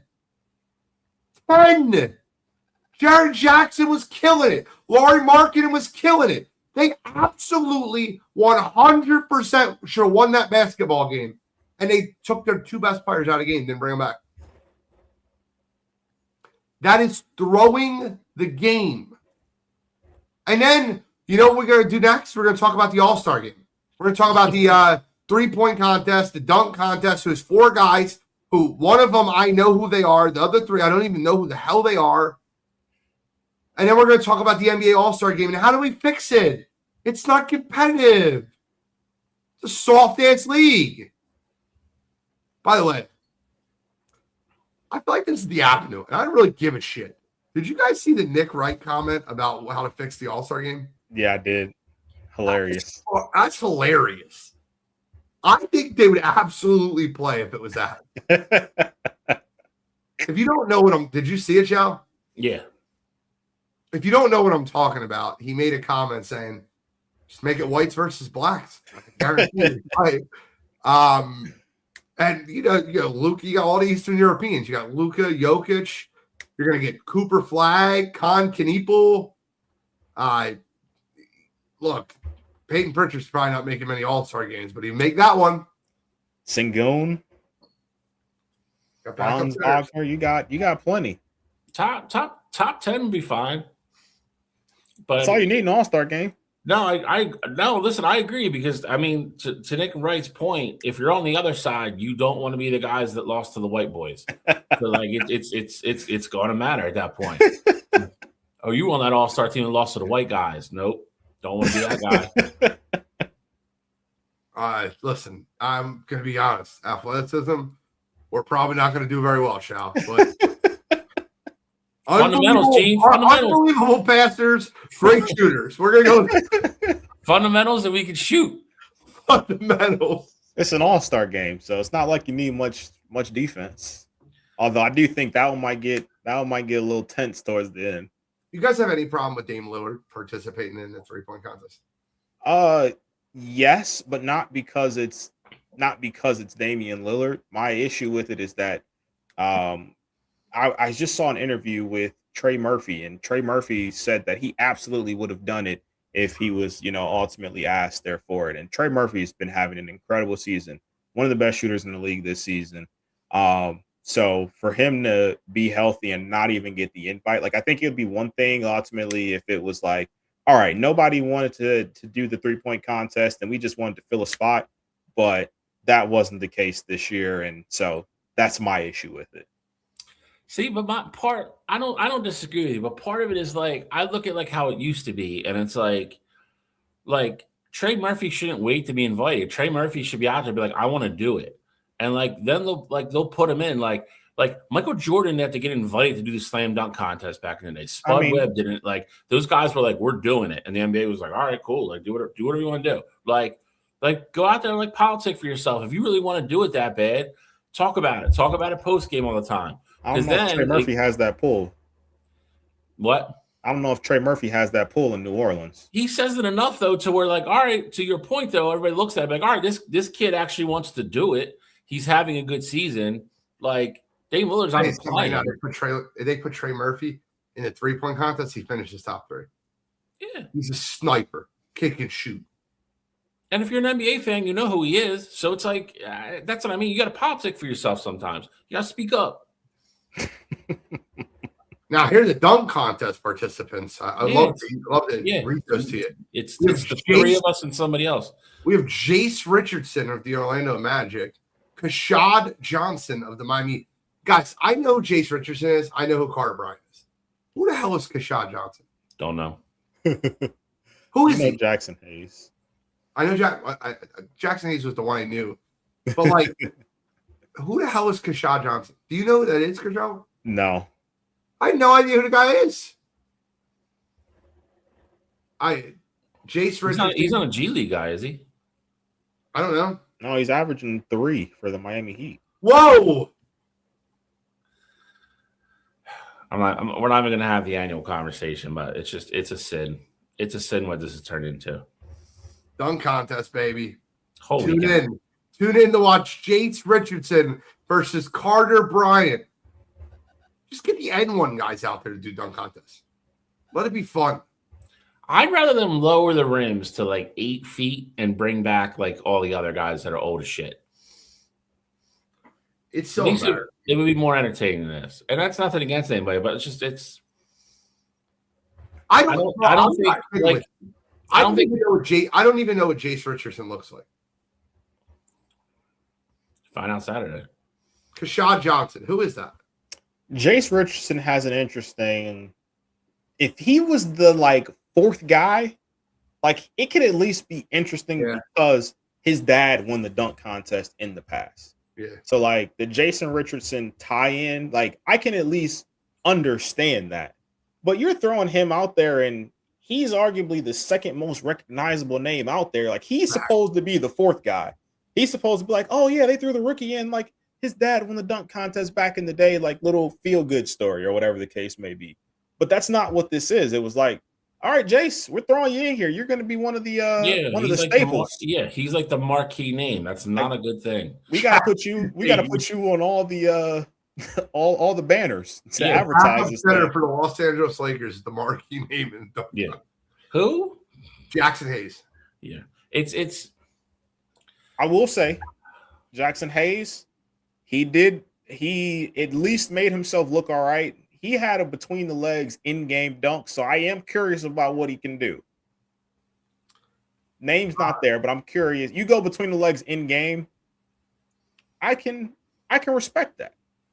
The 3-point contest is going to be incredible. Incredible.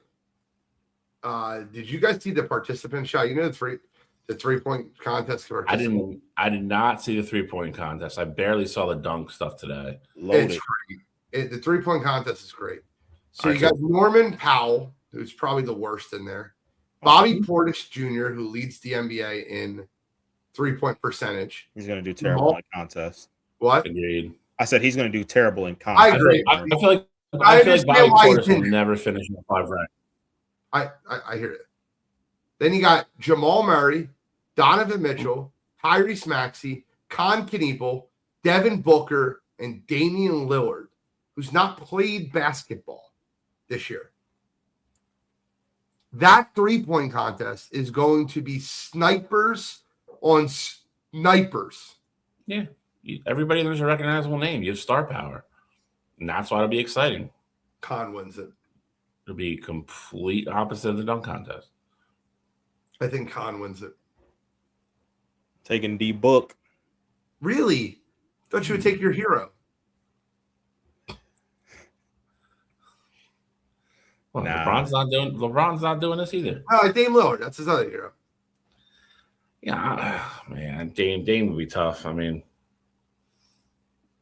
it's probably all he's doing is probably walking around the gym shooting those. So who knows? I don't think I've seen. You're right. I don't think I've seen Con Kneepel miss an open 3 in the NBA. It's gonna be interesting how this all plays out because contest shooting is so different than obviously just spotting up. I know obviously you guys know that, but that'll be, I think, the interesting part here because you have to think about jumpers that translate well to Con has a great jumper, so like that it'll translate well to the contest, like Devin Booker as well. But like I look at Donovan Mitchell, for example, he gets so much height on his jumpers. Like by the time he's gonna have dead legs by the end of his rounds there. Tyrese Maxey is another one. He gets a ton of air on his jumper. So like I'm gonna be curious to see how he performs. Very fast. He is fast. I'll bet you Tyrese Maxey finishes the 25 balls. Oh, absolutely, without a doubt. Yeah. He'll be the opposite because, like I said, Portis, I'd be shocked if Portis gets through all 5 racks. He's gonna be sucking wind by the time he's at rack 4. Well, but like he usually just takes spot like open jumpers. Now all of a sudden, like the clock goes, you got pick up all shoot, like, and again, he's not a small dude either. So it's like I don't see him getting through all 5 racks. And if he does, he's gonna be rushed. I'll tell you what I think would be better if they got rid of the racks and they brought in a point guard to just passing the ball wide. You know what I mean? Like you have a point guard, back-to-back point guards passing the ball. I think they should do a different round. You just have like a guy at every station with a basket of 5 balls and they just throw it. I mean, I don't think I would be opposed to that. It's more of an in-rhythm shot at that point. Yeah, I love it. Anything else you guys want to talk about as far as Bill, you do sound clearer than ever. I agree. Anything else that you guys want to talk about All-Star Weekend? Do you guys think, and I know we're tale as old as time with this show, any shot the new format changes how anything goes with the All-Star? Nope. Not the first one. The second one, maybe. I say this way. If the world goes out and smacks the United States and destroys them, I think a pride piece will come in next year. It's a round robin though this year because they got 3 teams. So I'm thinking, you don't think any shot if the world kind of goes out and puts it on them in the first round robin that you don't think you see a little bit of fire in the second game? No.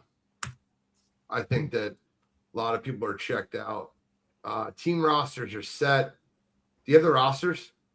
I can get them for sure. U.S. Stars, U.S. Stripes versus Jesus Christ. We have 2 U.S. teams versus. Yep. So you got one team. How does the world not win this by 100? You got Scotty Barnes, Cade Cunningham, Anthony Edwards, Jalen Johnson, Devin Booker, Jalen Duren, Chet Holmgren, and Tyrese Maxey. They're going to try. That team's going to try. Team USA Blue is not going to try at all. Yep. So the Stripes team, you got Jaylen Brown, Brandon Ingram, Kawhi Leonard, Norman Powell, Jalen Brunson, Kevin Durant, LeBron James, and Donovan Mitchell. Hey, those dudes aren't going to play.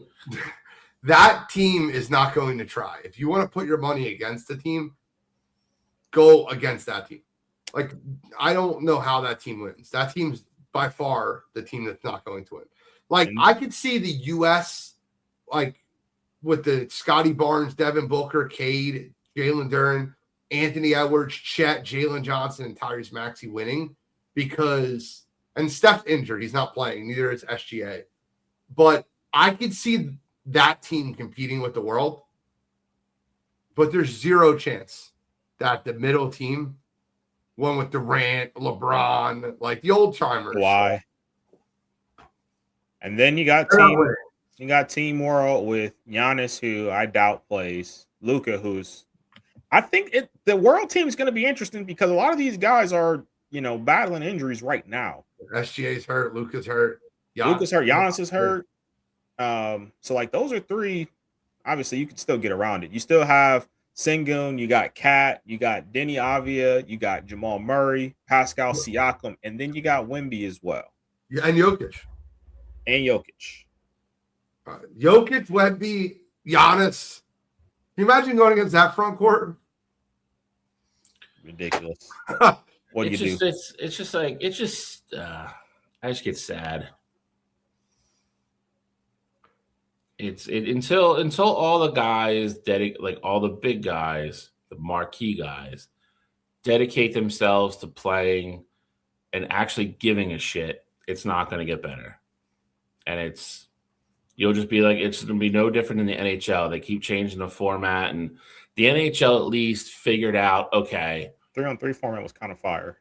Correct. They've at least figured out, you know what? If we're just kind of, I want to say upfront with it, but just realize, we can't have these guys checking in an all-star game and everything. We're going to make it entertaining. So that's what we're going to do. Like, how can we get it like the most high scoring without, making a mockery of it? And that's what they did. Yeah. It's just like, I feel like a comparison is like this, like, and again, this isn't like talking down anybody, but if you go back and watch the 90 All-Stars game, like Bulls and the Pistons and the Celtics all hated each other. But those guys got in the locker room and were like, we are not losing to Magic Johnson and all the teams in the West. Like, they went out there, balls to the wall, and played. It'd be like if you had an all-star game where in the NFL, it was like all the divisions versus each other. Like if you took Cincinnati, Cleveland, Pittsburgh, and Baltimore and put them in a real game, and even with all heated rivals, but they're like, you know what, we're going to go out and play the AFC East with Tom Brady and all them, they'd be like, we're not losing this fucking game to Tom Brady. And like that's what old all-star games used to be like. And that's if anybody wants an all-star game to be good, they need to recapture that type of competitiveness somehow. 100%. I tuned in to see Kobe LeBron. I will say, though, I think that once you get these old guys out, once LeBron's gone, once Durant's gone, and Steph's not a part of the problem, but once Steph's gone and you truly have like the new age guys, like I do think that's when you have the possibility to get a shift. Did you say once LeBron leaves, the All-Star game might be better? Well, I said all of the old guys, but yeah, I mean, I know, so that's what you're hung up on. I know, I get it. Isn't that what I said for 5 years, that LeBron's ruined the NBA? I mean, yeah, you say that as an individual. I say that as a whole. Like you keep having these 35, like the NBA is so caught up on the old guys still as the stars of the league. And I'm saying that once you let go of that, like Kawhi is up there in age. Like we know why do we just say Team Silver wasn't going to be a team that tries hard? Because there are a bunch of the old guys who exactly a bunch of the old guys. Who's the oldest of them? LeBron is the oldest of the leader of the group. I guess these men follow LeBron. I believe they do. First of all, you say that like it's like a badge of honor. I wouldn't follow him into a burning building because that's what he's created. Well, it sounds like that's exactly what they did. So it sounds like that's what you believe they did. There's no real option to go the other way, though. Sure, there is. You don't want to play hard, LeBron? That's cool. I'm still. I'm gonna drop 40 in this game. Say, I don't care. LeBron's dogging it. We're gonna go out and play. Screw LeBron. If you don't want to play hard, don't show up. You can't. I'm not saying you say that, but you absolutely can go out there and play hard if you want to. I tell you right now, if I was coach of the All-Star game, as soon as I see LeBron dogging it, I'd bench his ass. I'd set him down. And he'd be happy with it, probably. I'm so annoyed at what the All-Star game has become. Can we move forward? I have one more NBA topic. What you got? So halfway through the season, this is like more than a halfway point. All-Star break is normally kind of your mid-season, okay? I truly believe that styles are going to make fights in the postseason.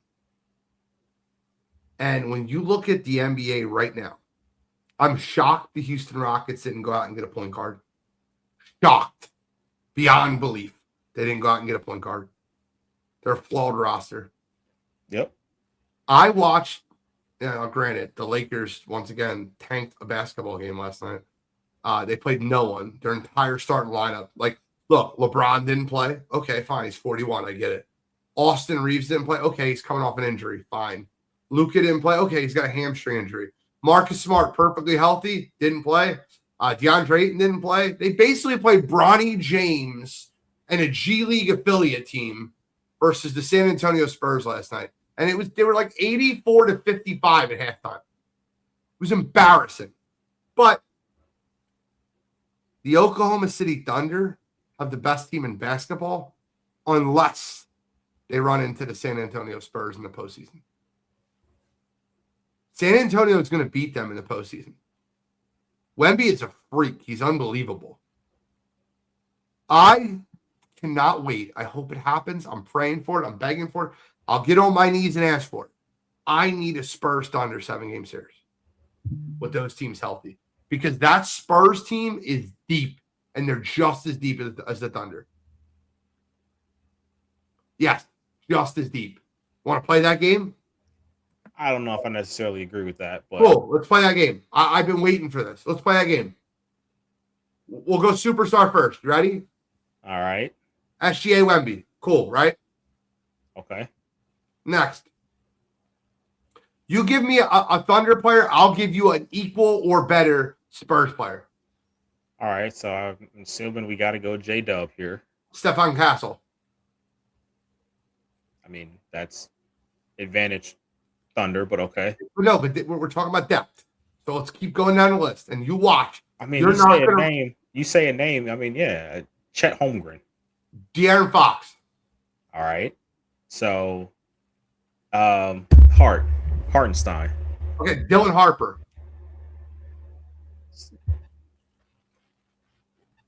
I don't know what we're doing here. Keep going. You're going to see how deep this Spurs team is.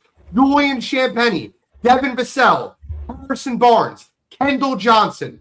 They are players on the roster, but you're naming players on the roster. Like I get it. Every one of those players has played good basketball this year, bro.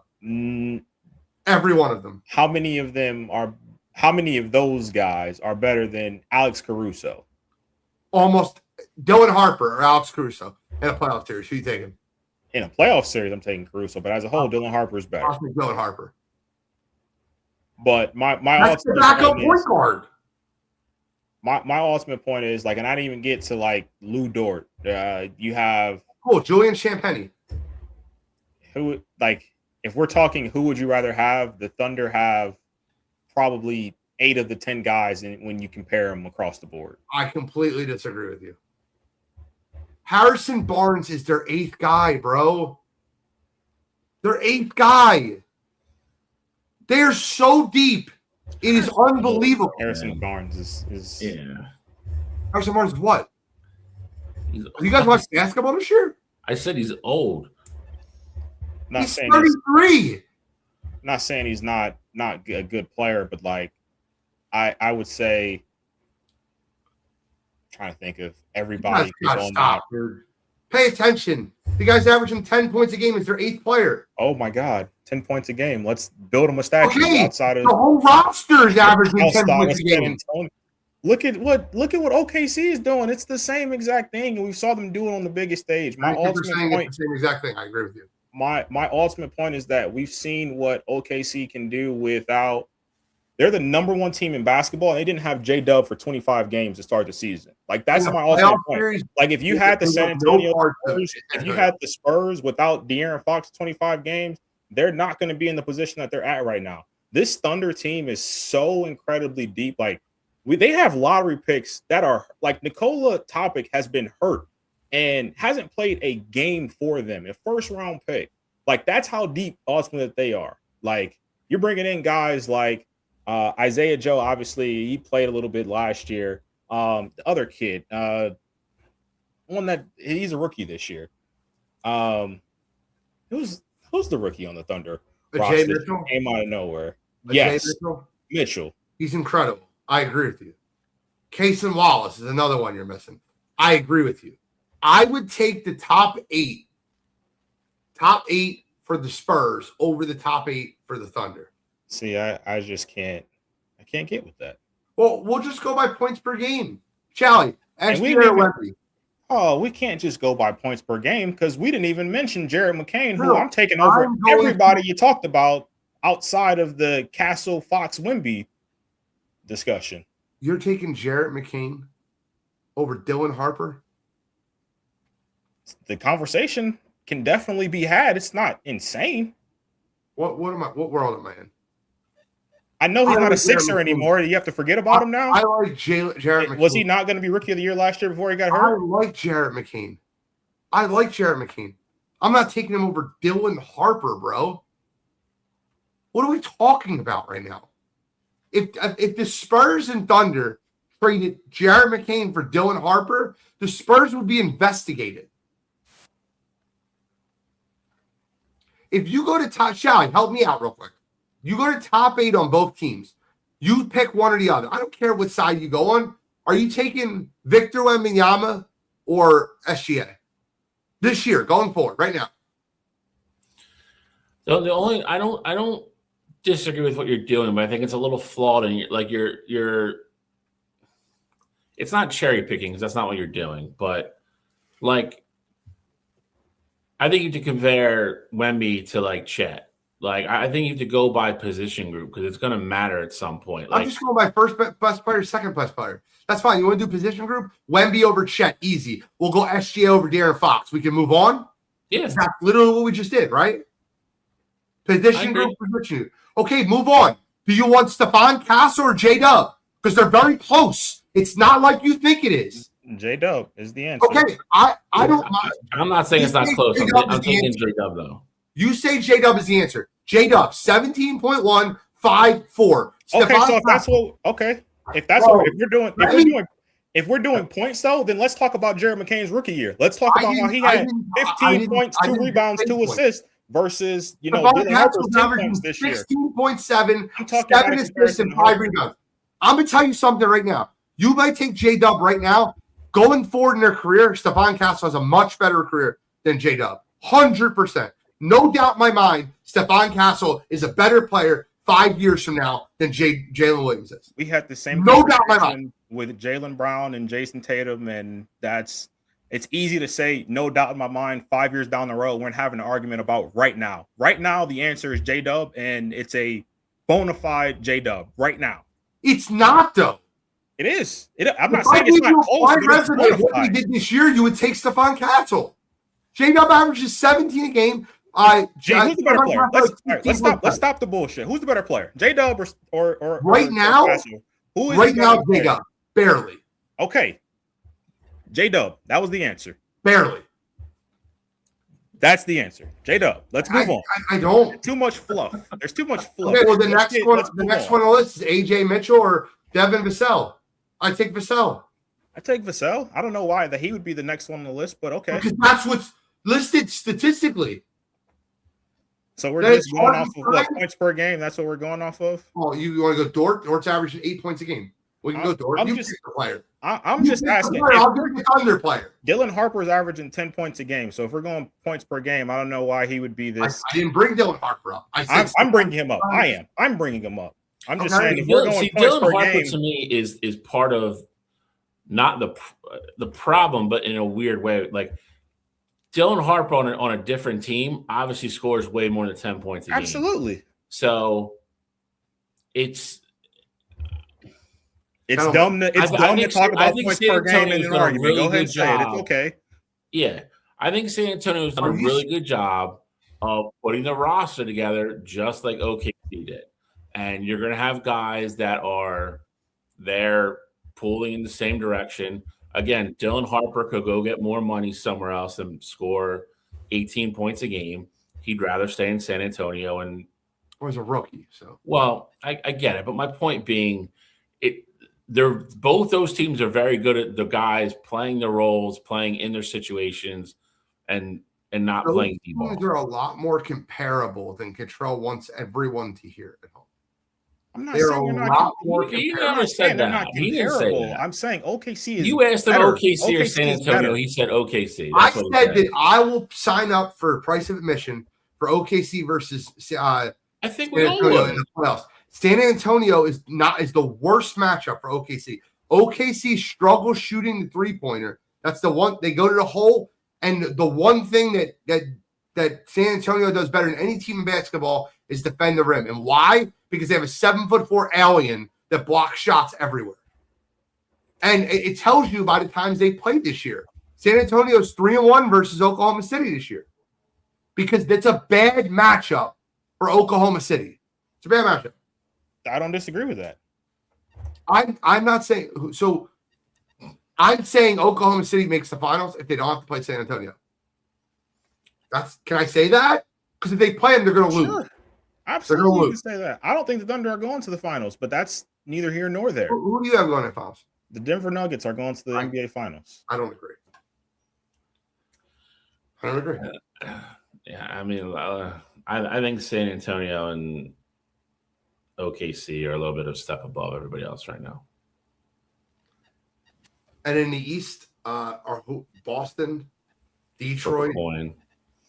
I mean, you got tons. Boston, Detroit, New York, Cleveland with James Harden now. Who's going to finals in the East? Not named Cleveland, please. If it's not Cleveland, it's Boston. Could make an argument for Detroit. Could make an argument for a lot of teams in the East. I mean, the argument definitely can be made. I get it. Detroit's the 1 seed right now, but I just make an argument for the Knicks. Detroit's got to do it in the playoffs to put it together when it matters. Cleveland's been there. I don't know if Harden puts him over the top. He's never put anybody over the top, so I'm not buying in on that. I don't know what health or what situation the Sixers will freaking look like. I don't think the Knicks have enough. I think Boston, I think with that trade was a sneaky good trade. If they really get Tatum back and I think they will 70%, it'd be hard for me to not pick Boston. And I fucking hate that. I brought this up this morning. I agree with you. Guy, let's move to you got to be kidding me. It's just a fun conversation. I wanted to have it. And Cottrell basically called me stupid and said I'm crazy. What he said. I'm crazy for comparing the Thunder's depth to the Spurs' depth. I'm glad you're here, Bill. I'm glad you're here because that's not even close to what I said. He called me stupid. He said that Jalen Williams and Stephon Castle aren't even a debate. No, that's not what I said. I said the answer is clear, and you gave me the answer. You're defending Stephon Castle in this argument, and you said J-Dub is better right now, and it's close. That's fine. It can be close. The answer is J-Dub. That's all I'm saying. Let me ask you a question. Right now, you're redrafting the whole NBA. The next two guys on the board are J-Dub and Stephon Castle, and you're picking them going forward. Who are you picking? I'm taking J-Dub. That's crazy to me. That's fucking insane to me. Why is it crazy? Have you watched Stephon Castle play basketball this year? Have you watched the growth and the development that kid has? He is a dog, bro. Absolute dog. And I'm not going to just let's not forget that J-Dub has not played for the majority of this season. Like, he's just getting his legs back up. Like, why are we acting like elite? Why does it matter what he does as elite? When he's out there playing basketball, he's a good basketball. He wasn't an all-star last year for no reason. He wasn't a huge part of why the Oklahoma City Thunder won NBA Finals last year. Like, I'm not just going to forget about all of what happened last year because Stephon Castle has had 50 good games so far this season. Like, that's ridiculous. Okay. I hear you. Let's get into you got to be kidding me. Mine's just Cottrell for calling me stupid. I never called you stupid. I'm kidding, bro. I'm not You guys must think we get off here and we like hate each other. We don't. We just like debating sports. All right, so this week for me, I am going to the NFL, and I'm going to a guy who was on what was it, Friday night or Saturday, whatever it was before the Super Bowl, um, for the Honors Awards, was up for Defensive Rookie of the Year, and a lot of people thought that he might actually win the award. And that is Mr. James Pierce Jr. of the Atlanta Falcons. Over the weekend, he was arrested in Florida for charges including 2 counts of aggravated battery with a deadly weapon, aggravated stalking, and fleeing and eluding police. He was taken into custody after crashing his vehicle following a police chase. So, for just more context into that story, James Pierce and was dating Rakia Jackson, who's in the WNBA, who's an incredible player, but that is beside the fact. But they're dating. Apparently, something happened. They broke up, whatever the case may be. James Pierce is upset. He's following her in his Lamborghini, and he's trying to not get her to leave. And so he crashes his car into her vehicle. And then police get there, and he's obviously running away from them as they get there. He tries and he hits a police officer that is, on outside of the vehicle, hits a police officer, and then ultimately crashes his car. And then when he gets out, doesn't just make it easy and give up from there. He's fighting like 7, 8, 9 police officers at a time here. Ultimately, they get him down. He gets arrested, and he's off to jail. And now Rakia is basically saying that she is willing to, testify against James in this situation. And this is a guy who came into the league with a bunch of question marks as far as his character goes. And then to ultimately have this happen after having a really impressive rookie year, really at any point, but especially following a rookie season where you're up for Defensive Rookie of the Year and you basically just threw your entire career away. I mean, I think this is one of those where this is like the epitome of why we do this segment here. So this week for me, James Pierce Jr. Come on, you gotta be kidding me. Yeah. What'd you say? Did they cut him yet? Not yet, no. It just It's happened. somewhat encouraging, I guess, but it just happened Friday. He'll be cut before the NFL season starts. He will not make the new calendar year. Yeah, because I don't know how you get away with not doing. He's gonna go to jail. Years of jail time for this. Well, I mean, the police chase part is pretty much a slam dunk conviction if you watch the videos, though. Well, he hit a cop with his car. Like, that's. I don't know. Shy, I'm sure you have a great one. Go ahead. No. Talk about Sharon Moore some more if you want. I am going to. So that was mine. I was going to use that exact one. I have another one now. I had 3. I was going to use the NBA teams for tanking the way they've been tanking, but I'll use this one. I'm so annoyed at Joel Embiid right now, and I'm going to explain why. Joel Embiid logged 33 points in 33 minutes versus the Phoenix Suns. They had their getaway game versus the Portland Trailblazers that he didn't play because of soreness. Okay. Last game of a road trip, just won a game. Okay. A lot of these games and traveling are really hard on the body. I get it. They get 2 days off and they play the New York Knicks, the rival New York Knicks, who all the time bring thousands of fans down to the Wells Fargo Center and take over the arena because the Knicks win more in the Wells Fargo Center than the Sixers do. And Joel Embiid sits out there last minute. And currently the Sixers are losing by 30. Joel Embiid will not play against the New York Knicks on Wednesday due to right knee injury management. Embiid felt soreness in the knee after scoring 33 points in 33 minutes during Saturday's win over Phoenix. Oh, by the way, it's Wednesday, just FYI. He then set out Monday's loss versus the Trailblazers in Portland. Sources said, although the soreness has decreased, he's sitting out against the Knicks and will be reevaluated after the All-Star break. Wednesday's game for the Sixers will be their last before their break.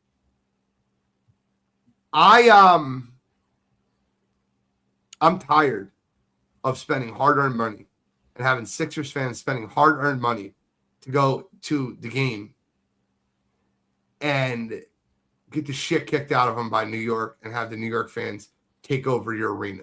Have some fucking pride.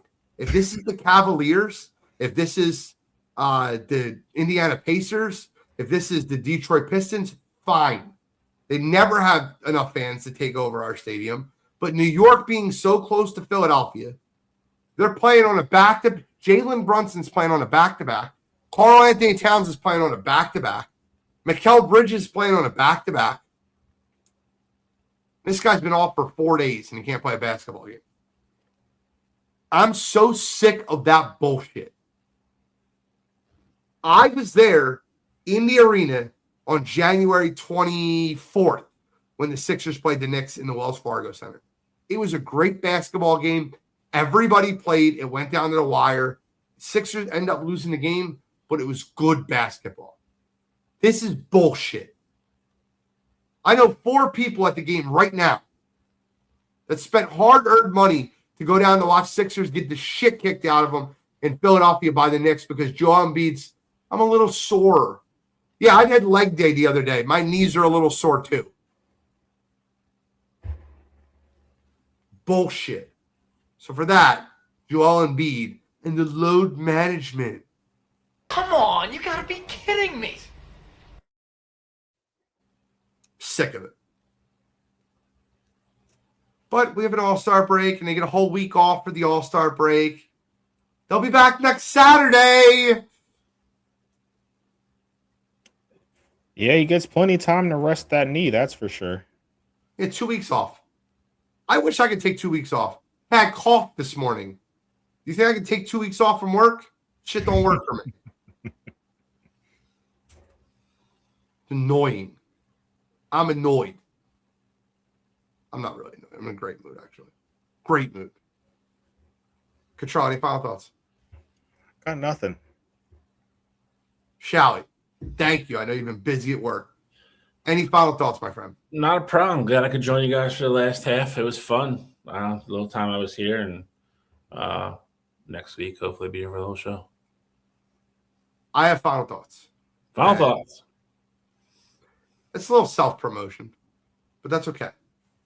I've started a Whatnot channel called Wire2Wire Breaks, Gino 8121. If you're in the sports cards, or if you know anyone in the sports cards, you can follow me over on Whatnot, Gino 8121. It will eventually be Wire2Wire Breaks. We are giving away massive amounts of sports cards at a great rate. I don't know if anybody collects, send them over to my channel. I have awesome cards, downtowns, autographs. This is one of my favorites right here. Dan Marino, 84 Topps rookie.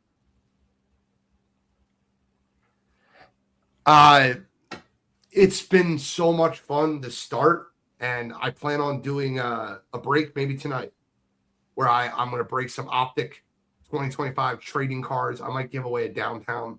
I got a little Archie Manning downtown. Might give it away tonight. So if I get 10 followers on Whatnot before 9:45, I will give away an Archie Manning on stream tonight.